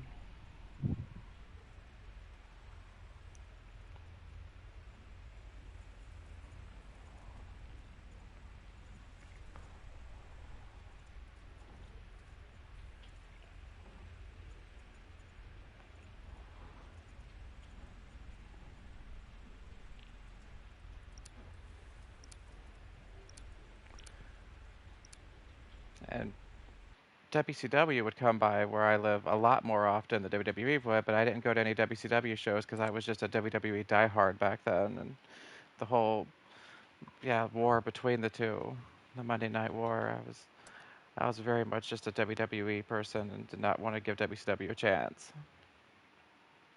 Years later, I ended up watching a lot of WCW on the WWE Classics Network, and then later the WWE Network. And back when VHS was still a thing, I remember getting some of the tapes after they went out of business and watching those. Domination. But back then, it was just I was all Capturing the about objective. WWE and didn't Taking give Alpha. WCW a chance. Seize the objectives. Alpha secure. We've taken the lead.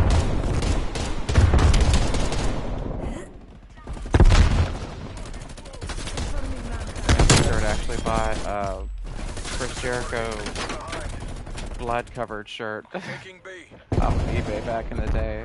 It's technically an Undertaker Big Evil shirt that Chris Jericho wiped blood from his forehead with. So it had his blood on it. My sister was a big Jericho fan, so yeah, the shirt with Chris Jericho's blood on it.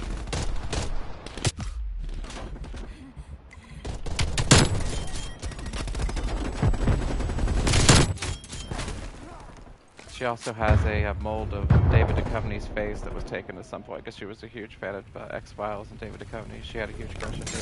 Alpha secure. I like X-Files too. It's a great show.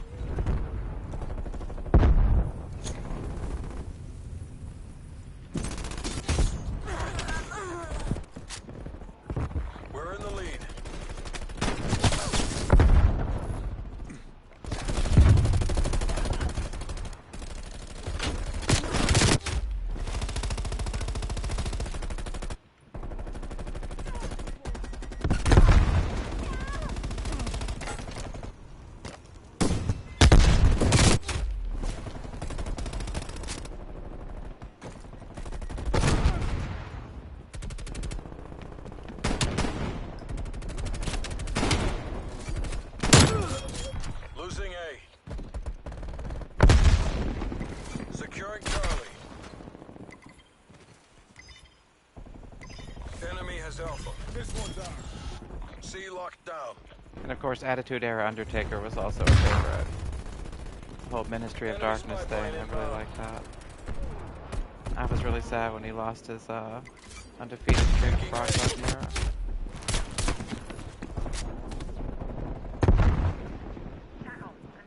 Yeah, I got into WCW after they collapsed.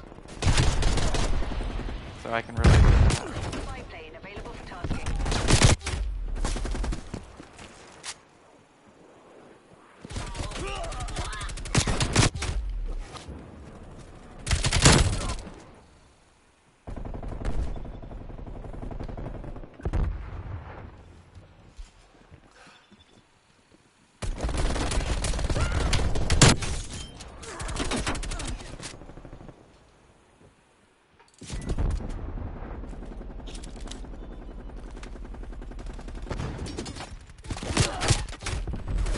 That was always because I was such a diehard WWE person and it felt like it would be selling out to watch WCW back when they were still around. All those internet arguments where people would troll each other and which was the best comedy.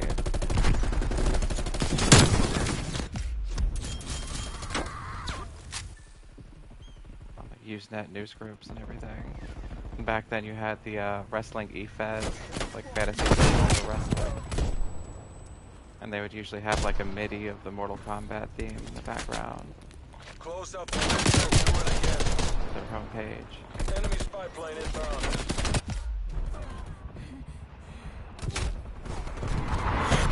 I still like MIDIs a lot because it reminds me of 90s Losing internet. Charlie.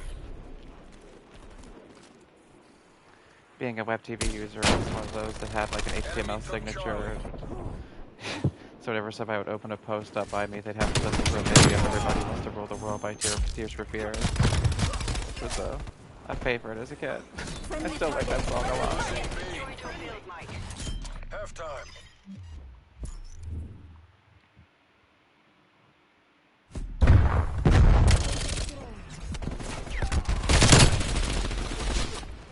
'90s internet was something special. It was very unique. Talk City, where people would hang out in chat rooms. I was in this one chat room called hashtag movie. Switching They didn't call it a hashtag back then, so I just thought of it as number movie. But I would hang out in there for years and knew everybody in there. And then one day they stopped letting web TV users access it. It became a PC only thing. And Capture the I was sad objective. We about will that. take this objective. Couldn't talk to all my old friends. Taking But C. one of the friends I made from back then, Pulling I'm ahead. still friends with to this day. His name is Ray. Charlie secure. We met on a Talk City chat room. Hostile spy plane established overhead. Securing B. Losing Charlie.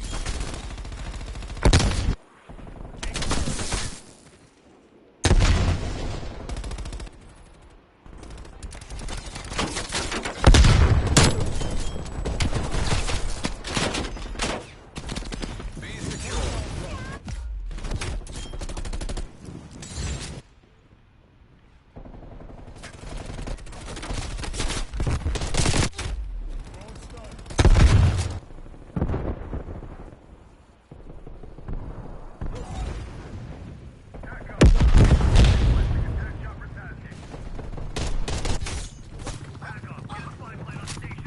Losing Bravo. Hostile sentry turret active.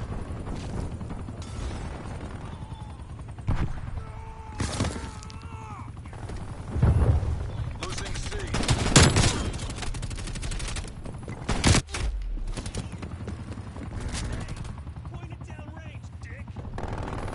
Losing B. Yeah, I think Foley spoke to WCW. He said that WCW had the hardest ring of all of those rings that he worked in. Enemy took B. Very tightly worked bottom where there wasn't much give. Also one of the smaller rings. WCW had like a bit smaller of a ring. Nowadays those old rings are in decomposition that passed around over the years. Throwing stun. I remember when TNA Wrestling came around, Impact Wrestling, I was big into that, trying to get into that. Multiple hostile sentry turrets working your AO. Right? WWE and AEW now, yeah. Be locked down. When TNA came around, I was super excited. It was like, hey, there's this alternative. And it's a shame that TNA didn't take off like it should have. They started bringing in a lot of older wrestlers that would just make the show just a bit too much Hulk Hogan and Dixie Carter. Just give them Dixie Carter all the time. Not enough showcasing the young talent like AJ Styles. X Division matches were a trap.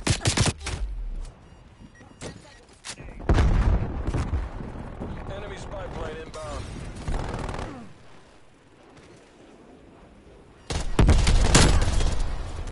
That whole six-sided oyster cracker looking ring. I like that.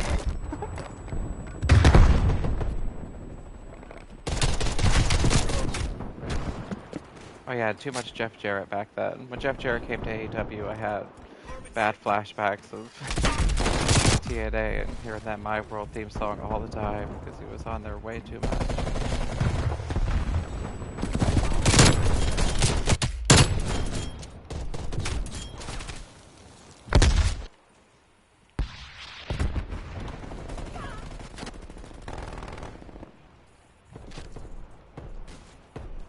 Oh, that sounds awesome. Enemy napalm strike incoming. Taking Alpha.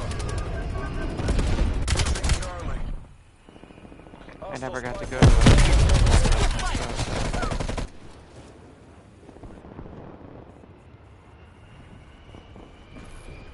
Losing And the only B. shows that came over here were SmackDown shows. I never been to a Raw either.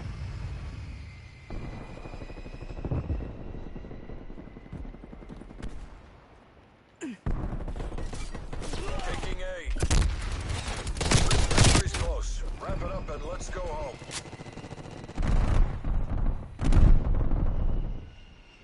Yeah, that does sound awesome, getting autographs and getting to meet the wrestlers. Hostile attack helicopter inbound.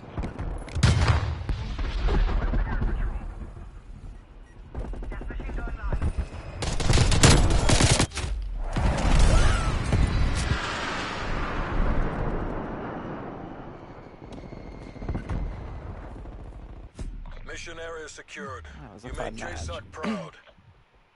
That's it. They are done. Something to the water over here.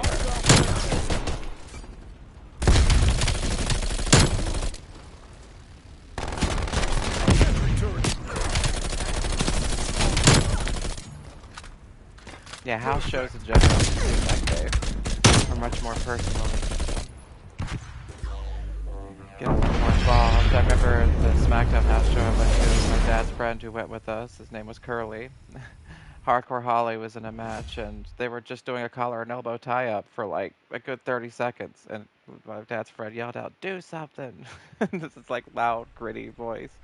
And they started doing something, and actually they were done with just the collar and elbow tie-ups at that point.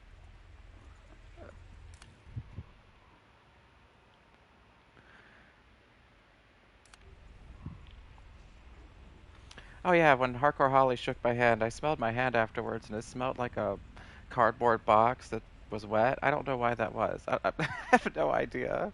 I don't know what chemical he was using on his hands to make it smell like a wet cardboard box, but I was just like,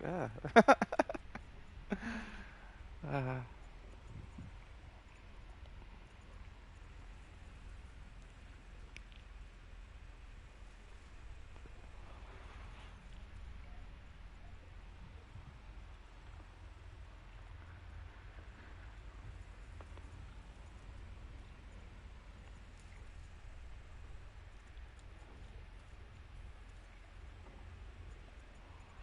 Yeah, it's much easier to get a good seat at a house show, too. Get a good front row seat.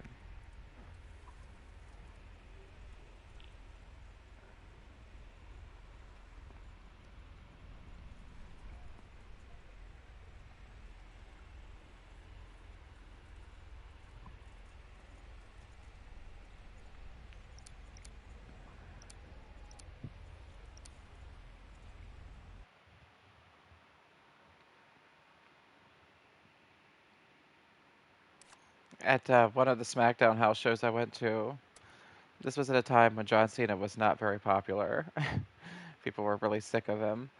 They were shooting out John Cena t-shirts into the crowd with the t-shirt gun, so I refused to grab that John Cena t-shirt, and it ended up, the t-shirt gun ended up hitting me in the head. The shirt did, that is.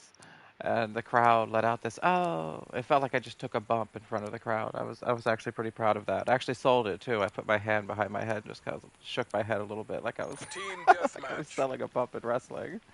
It was a The fun fate of moment the for free me. world is in your hands.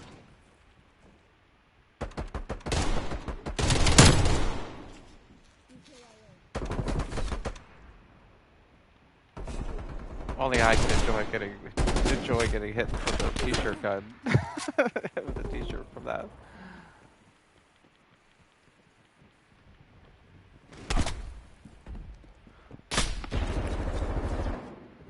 Oh, awesome.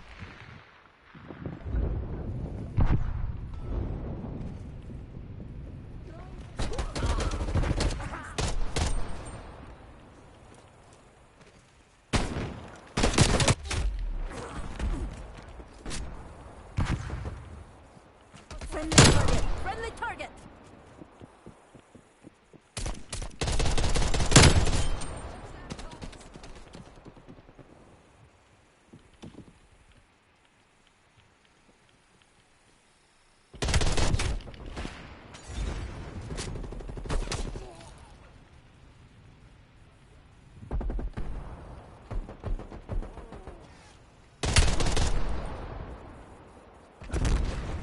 I used to go to some indie shows that would always be in like some high school gymnasium,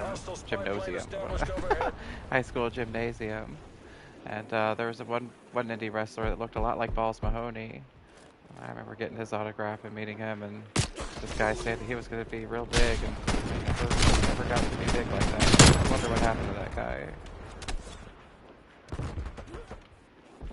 Maybe he looked too much like Balls Mahoney. They couldn't have two Balls Mahoney. Hostile marksman.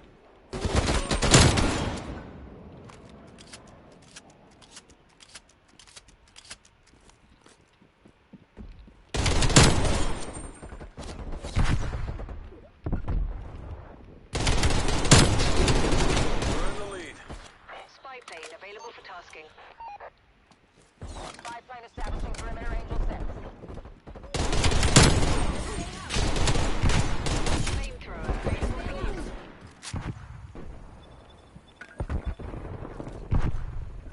Spy plane mission timeline halfway check.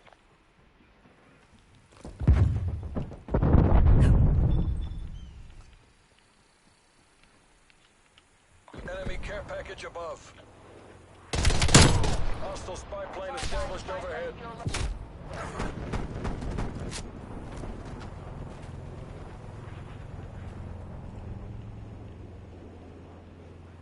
We're losing this fight. Semtex out!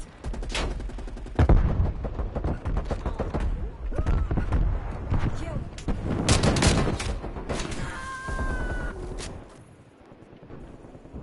We're pulling ahead. Kevin Thorne. Yeah, he also came to WWE at one point as Mordecai. He was gonna be like this cool goth-like character. We're taking control. Didn't have many appearances, sadly. We're losing the I always advantage. wanted to see more of that guy. Enemy sentry turret detected in your area. Looked like a character out of Final Fantasy. I always want to see more goth-like characters like that. The Undertaker and Screw. He gave you candy, that's awesome.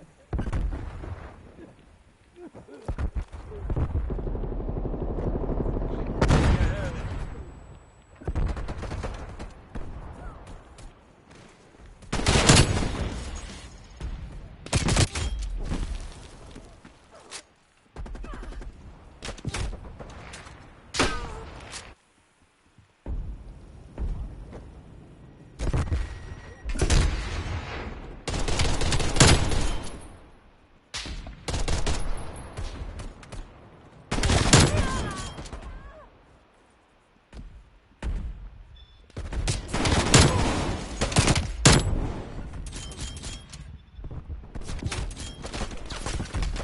I used to want to be a wrestling commentator. My hubby always is impressed by how I know the names of like every move. But after watching since 1997, of course, you know all the names.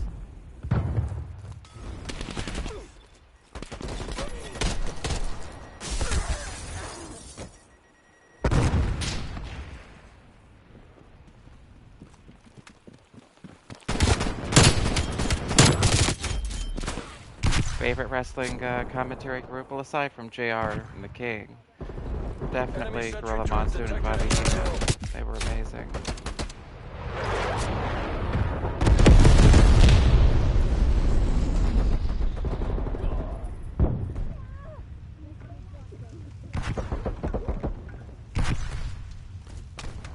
Enemy spy plane inbound.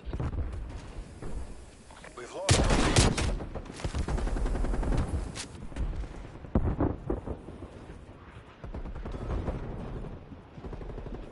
Oh, awesome.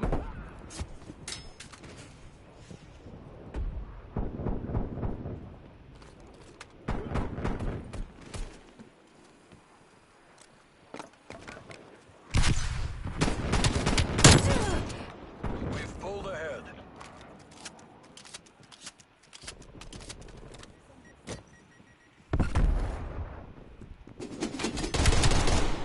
We're losing the advantage.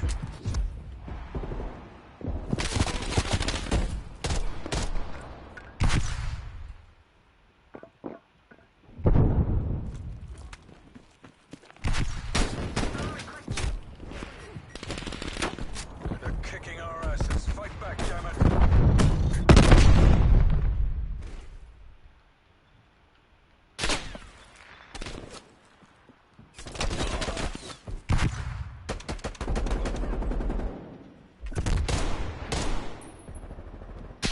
Enemy care package above.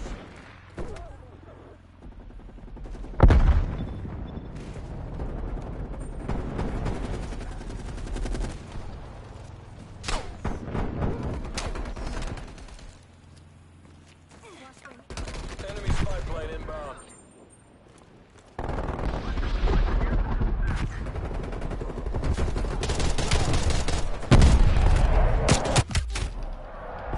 We've taken the lead.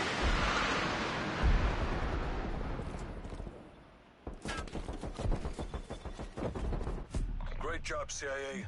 No muss, no fuss. TACOM, all mission goals reached.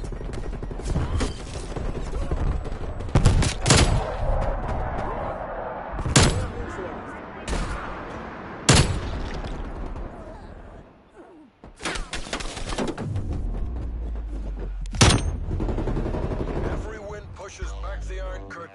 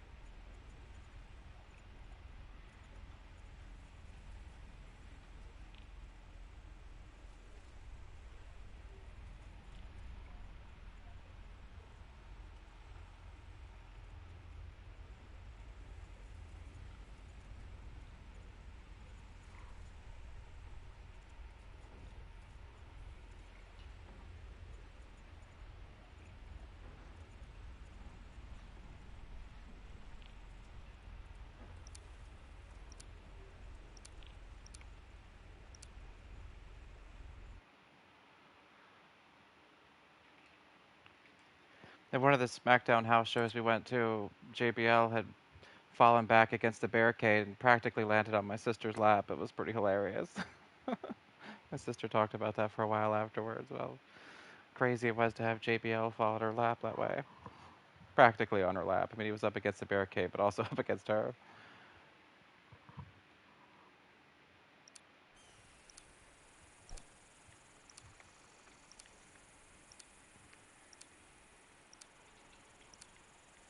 Hard point. That would have been 03 or 04. Secure the objective. Hard point located. Hostiles have captured the hard point. Hard point is secure. Hard point contested. We've lost the hard point. Hard point locked down.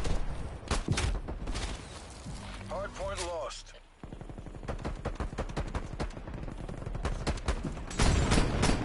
Hard point is secure.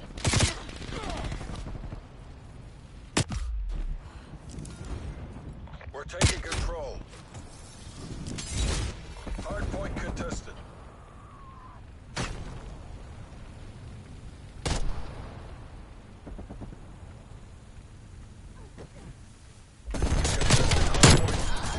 Hard point lost.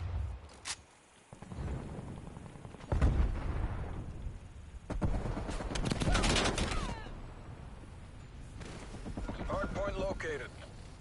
Hard point is secure.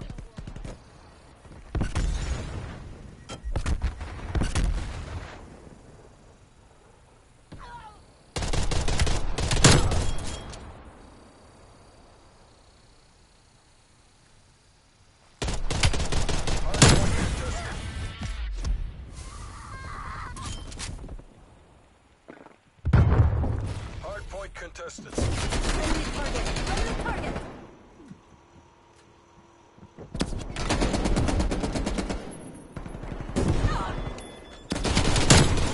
Guy just standing back there.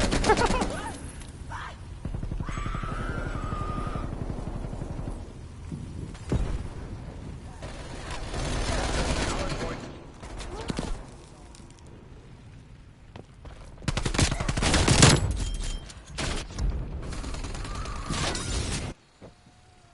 Hard point identified.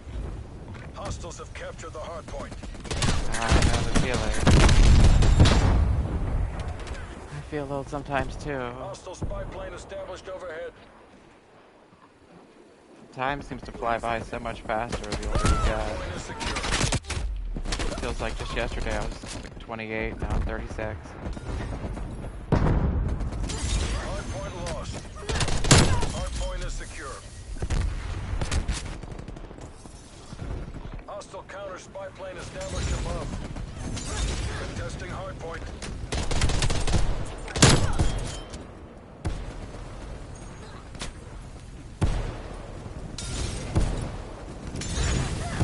Hard point contested.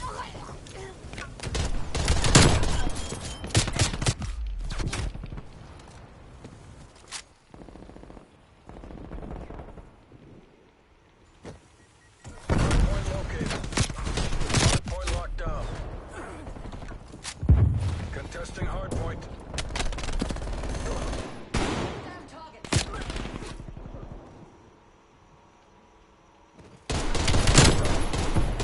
Contesting hard point.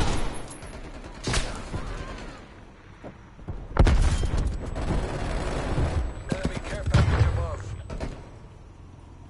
Contesting. Destroyed your field, Mike.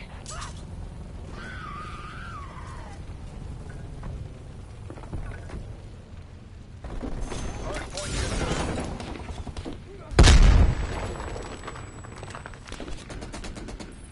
Enemy RCXD detected. Hard point.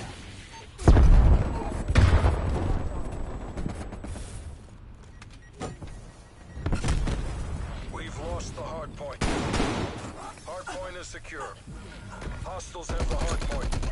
Hostile spy plane established overhead. Hard point locked down. We've lost the hard point. Hard point is secure.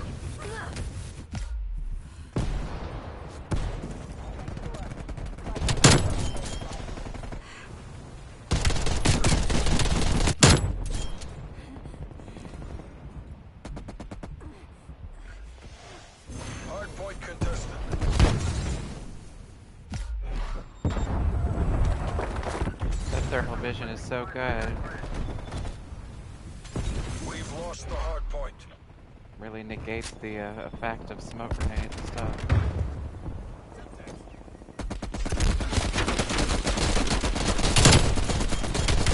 Hard point is secure.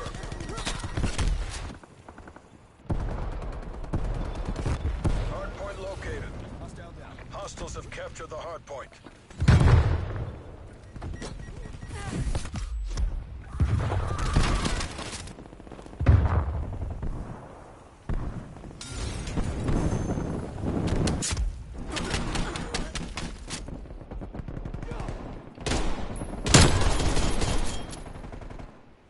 Hostile spy plane established overhead.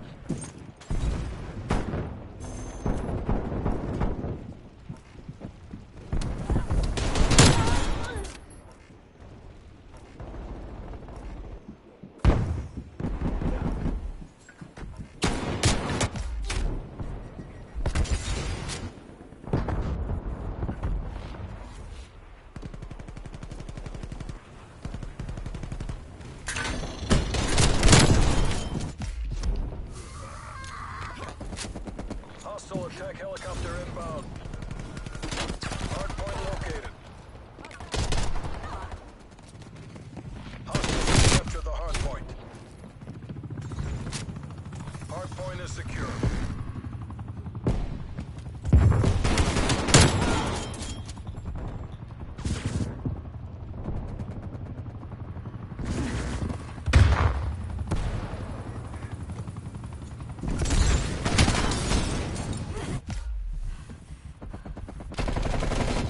Contesting hardpoint. Hardpoint lost. Hostile counter spy plane established above.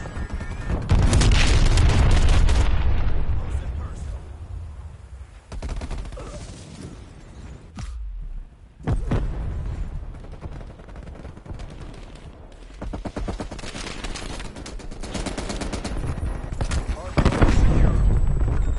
Hardpoint located. Hardpoint is secure. Hardpoint contested.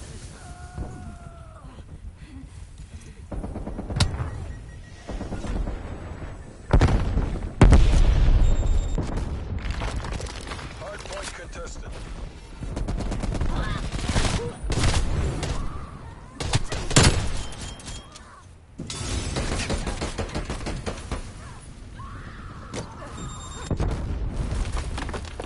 Come on, come on. We've almost got this. Red call. Contesting hardpoint.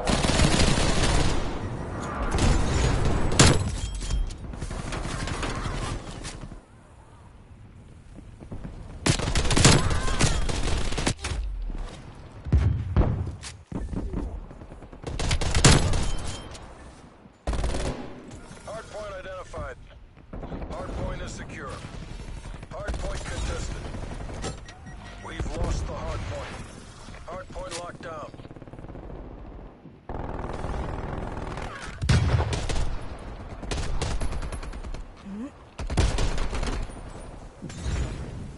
We will take this objective.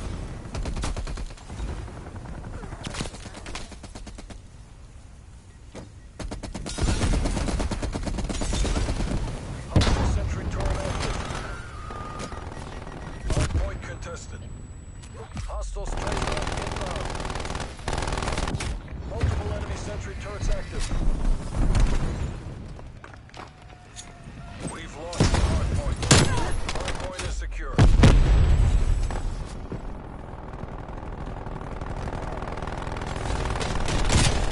Hardpoint contested.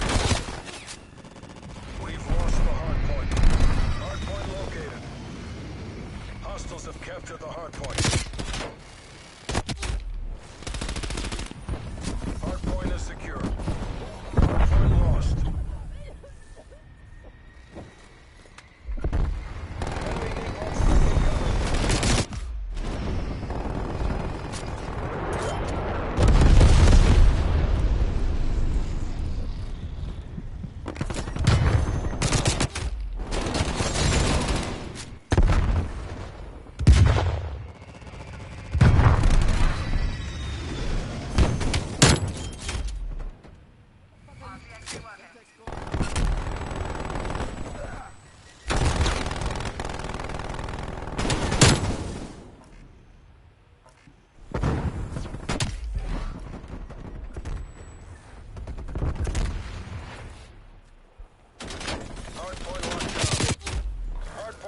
identified. Hardpoint is secure. That was a fun match.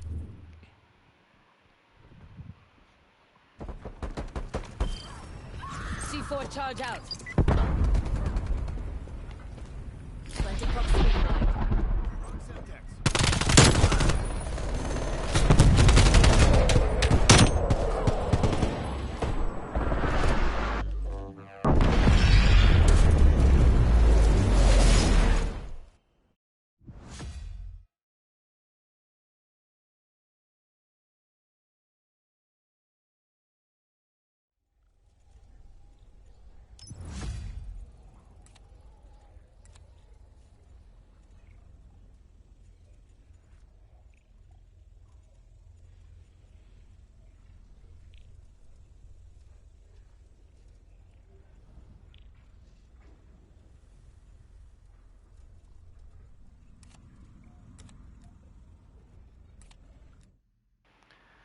Alright, I'm gonna take a little break.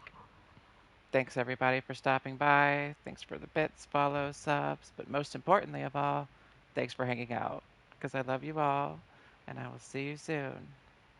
Have a good night.